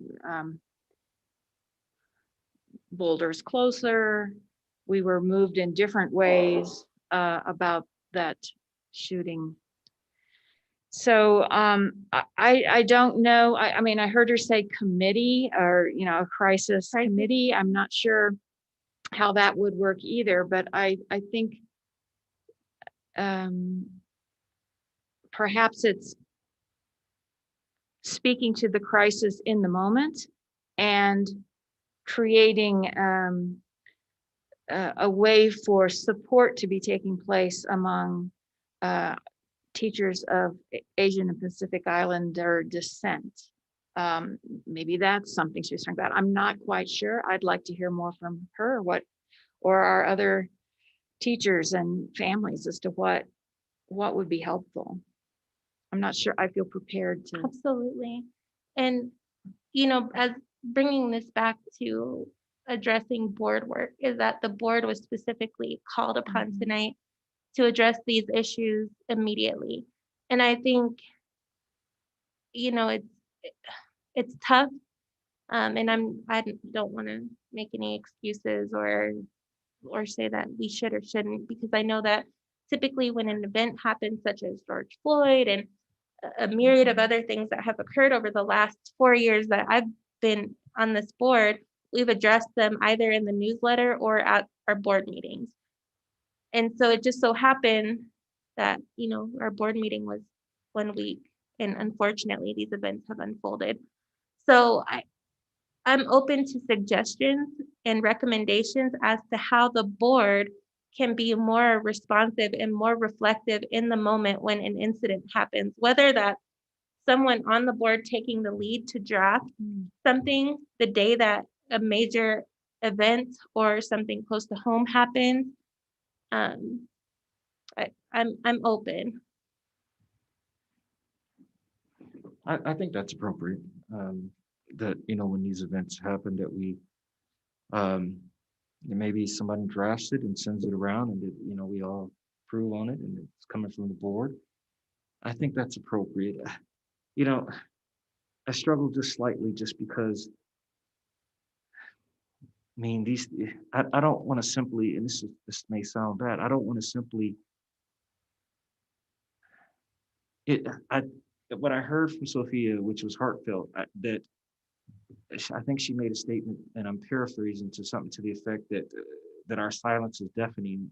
I think as it relates to the Asian community is what I kind of felt, and it's not that way at all. It's just the opposite. I think we just we weren't timely, and I think that's appropriate to say that. And I think we need to put something out, but I don't want it to be that. We need to be able to respond to any tragedy in Absolutely. that aspect in a Absolutely. timely fashion, and not just because they make up 5% of our population. They are extraordinarily important to our population. That's what makes us, as far as I'm concerned, the most amazing school district, not only because who we are, but because we do have that diversity and everyone is accepted and loved Absolutely. equally. Absolutely. So I felt that from her. That actually kind of hurt me a little bit because I don't want it to ever appear that we are in any way silent merely because of that. Sure. Not at all. I guess that's what I wanted to say. I think it is important for us to put together a statement and submit that, whether it's via email and Sure. repeat it in the newsletter. I don't know if superintendent can put it as a part of his reports that he sends out of going ons. I think that's always important. But I don't want her to think that in any way that this board in any way thinks any less or that they're silenced, that they should just simply be quiet. Not at all. Sure. It's just the opposite. And let me highlight something too, and thank you for adding that. We've also received the opposite end of the coin, right? So where people have said that we are further promoting the ideology of racism by highlighting race or bias motivated crime. So there's two sides of a coin, right? And I think, it's important for us to also kind of be cognizant. I mean, the reality is that Atlanta in itself, or Georgia, I should say, has had 8 mass shootings in the last 2 years. Yeah. And I've been on the board for 4, and this is the first time that we've publicly talked about a mass shooting in Georgia, right? And Georgia is one state out of all, right? So I just want to make sure that that's clear too. But anyway, Director Mason. Oh, go ahead and finish. No.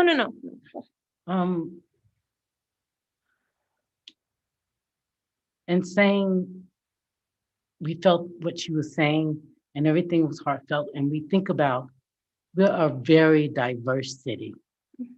Okay. A lot has happened this year. Sure. Well, it's Eliza McLean. There are many things that have happened that we have not spoken to.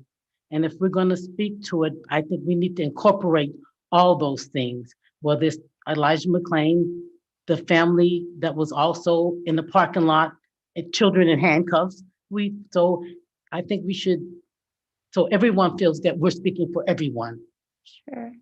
To bring all of it. If we're going to speak, let's speak for everyone that deserve to be addressed and known that we hear you, we care, and we have to have this discussion because that's the problem. We don't talk about the race and the division that we have.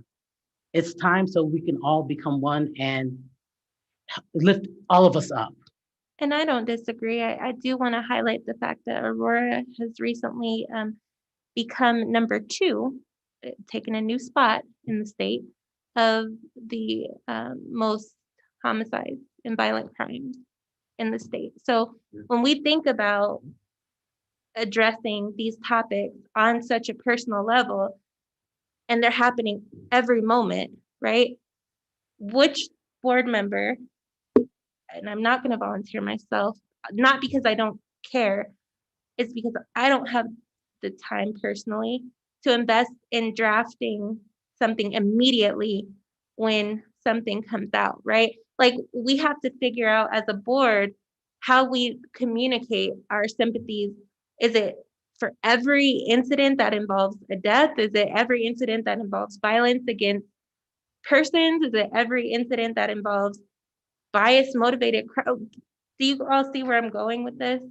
So if there are takers, I'm happy to address it. Understand, I oftentimes don't like to watch as much of the news, just like I don't watch the weather. I'm just told today that it's supposed to snow again. I'm trying to keep a positive focus that we're headed to spring, but I am definitely happy to take that on. And I would be okay if someone were to text and say, hey, did you see this? Then at that point, maybe it's appropriate for me to reach out to everyone and make sure that it's appropriate for us to address in that aspect, I guess. And But yeah, I'm willing to do that. thank you, Director Ivy, for stepping up. I just wanted to clarify, board, are we saying that every incident in our city or in the state or in the country deserves, or not deserves, merits a response from this board? I don't think so. So we need to figure out, and I'm probably not tonight, but thoughts around what types of incidences would merit a timely response, right? What's timely? Is timely 24 hours? Is it 72 hours? What happens if the person who's the lead is not available, right? What would the backup plan be? So just a few thoughts for us as a board, not meaning the district at all, to consider in terms of our responses when events happen. So please take some time and think about it, and perhaps we can revisit at our next meeting, or yeah. Thoughts? So before we leave, with Sophia's, testimony in front of us this evening, I can't help but feel like there is, a group of people in our community that don't feel supported. And not that we're not trying, but I mean, a couple of things, like, for one, representation matters, going into an election year.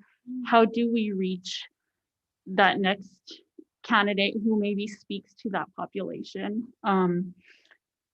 There's that, and then there's the students and the ongoing Asian hate crimes that continue to happen, right? I mean, Atlanta, the shooting in Atlanta, although not factual at this point, but that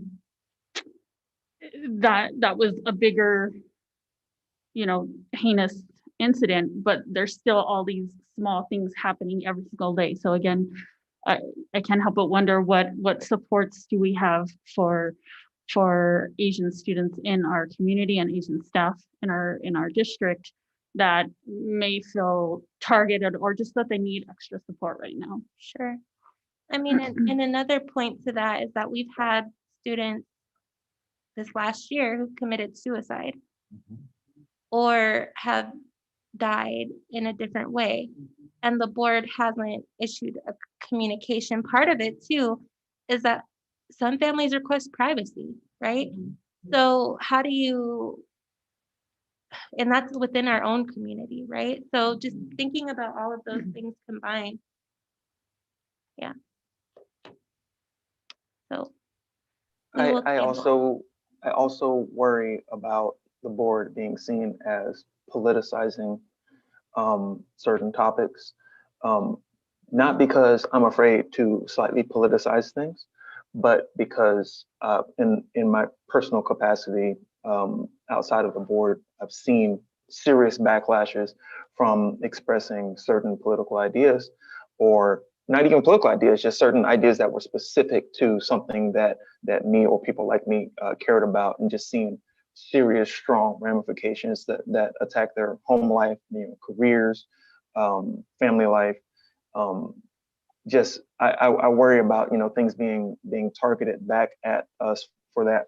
But that also being said, I'm not afraid to say that, one, Sophia, we heard you, we're listening, and that was definitely something that we could have stepped up to the plate with. If that's a place where we want to be as a board, I'm fully in support of it. I don't mind being seen as a more politicizing type of figure or something like that. I feel like we'd be on the right side of history to go ahead and take stances with that as a board. We just have to make up our mind as a board, and it seems like we're pretty much in agreement. So I believe that we've got a reality check, a little bit of a gut check or whatever, and duly noted. And let's respond in kind. And I appreciate Marcus for being willing to step up to the plate with that, and I'd be glad to assist if need be. Thank you. So this again is tabled for further consideration and discussion. However, if there is, hopefully there's not, it, by our next board meeting, then I will draft a communication the day of, and I will send it to the board for approval, and I will need at least 2 hours to get your approval.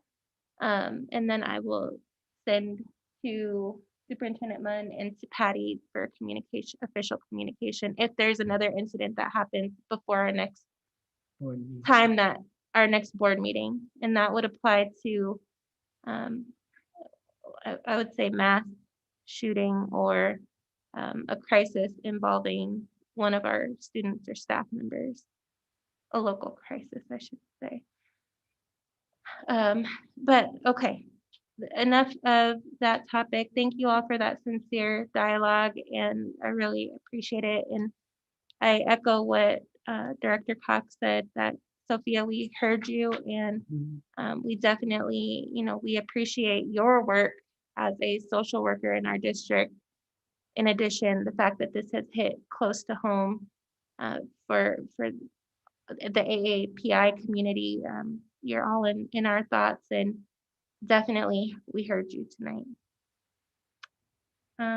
With that being said, any other topics for open dialogue? Yeah, Yes, Director Mason? Superintendent Munn, do we have any updates on 54 Promise?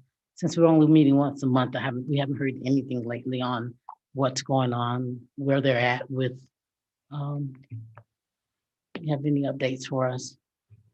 Yeah, so we officially adopted the work plan, I believe, in December.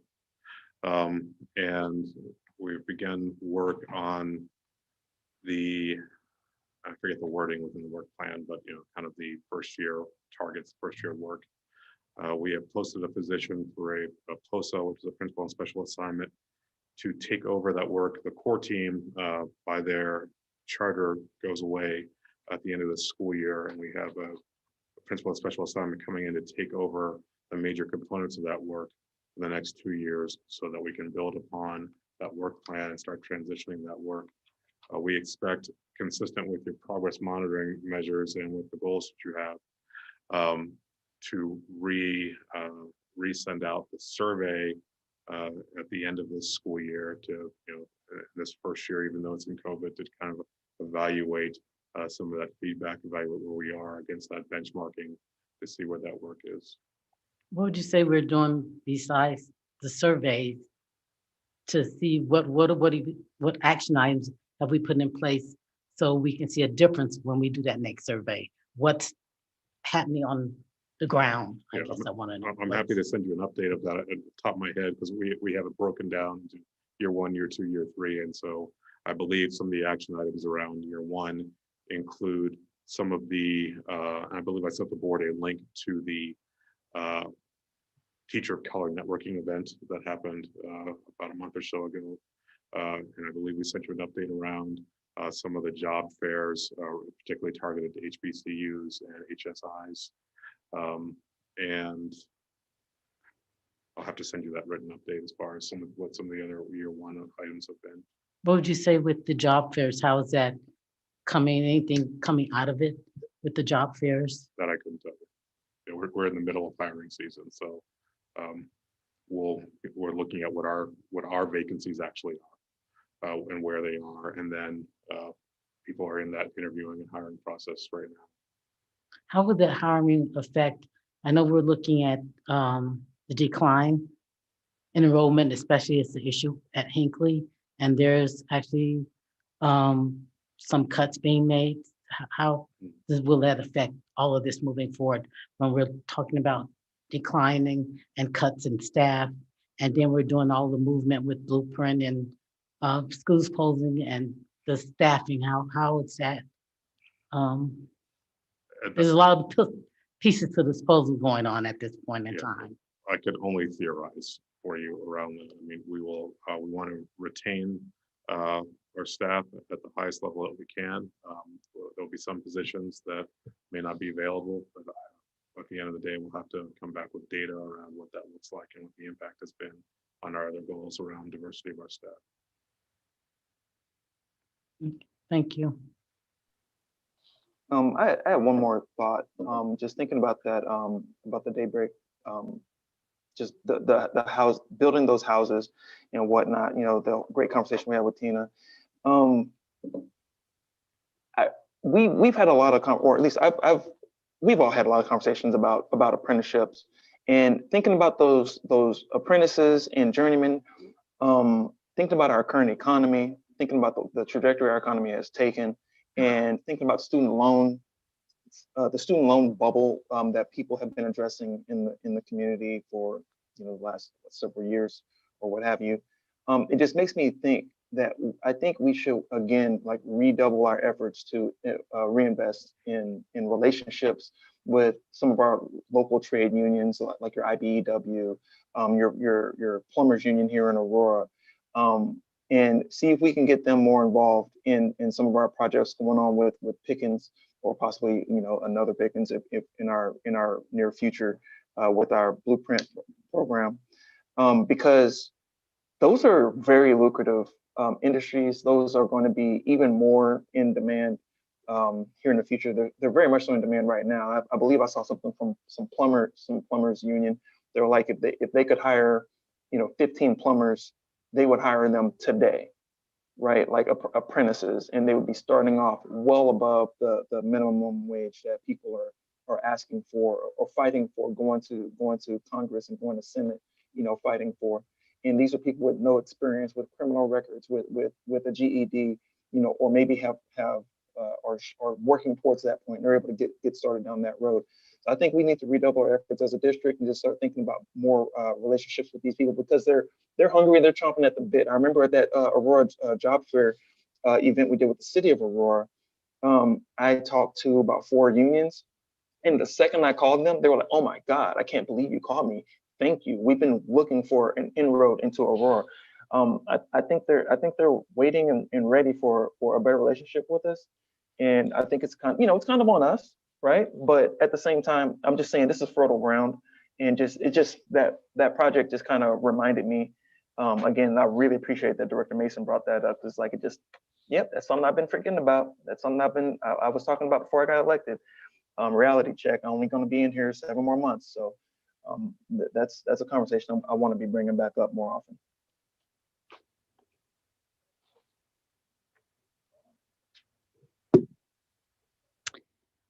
I have one item I'd like to bring up for everyone.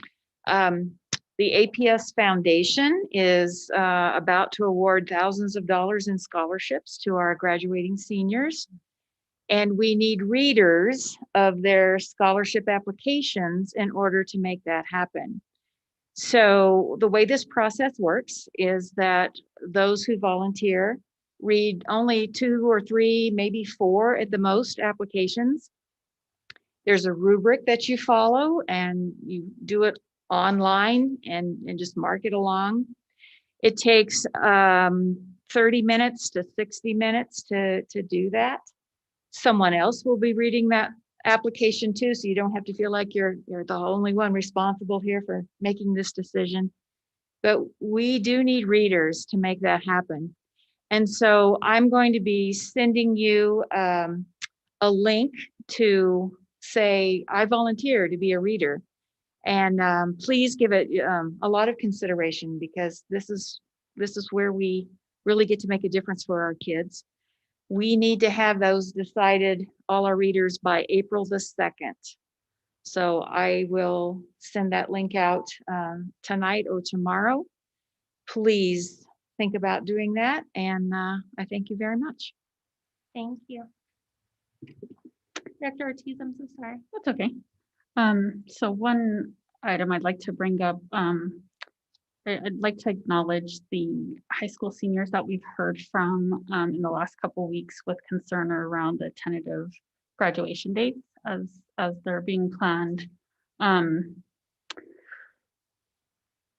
last I checked with Superintendent we're still waiting on some things from CDE, one of the acronyms, to give us more guidance. But again, wanted to acknowledge that we hear you, high school seniors. We are trying to find a balance that meets the needs of everybody, so that we can celebrate all the accomplishments of the seniors. What are we waiting on? So ultimately, graduation will have to follow the indoor and outdoor guidance that gets promulgated by CDPHE and then adopted by Tri-County. That we've been told that the graduation guidance will come any day now.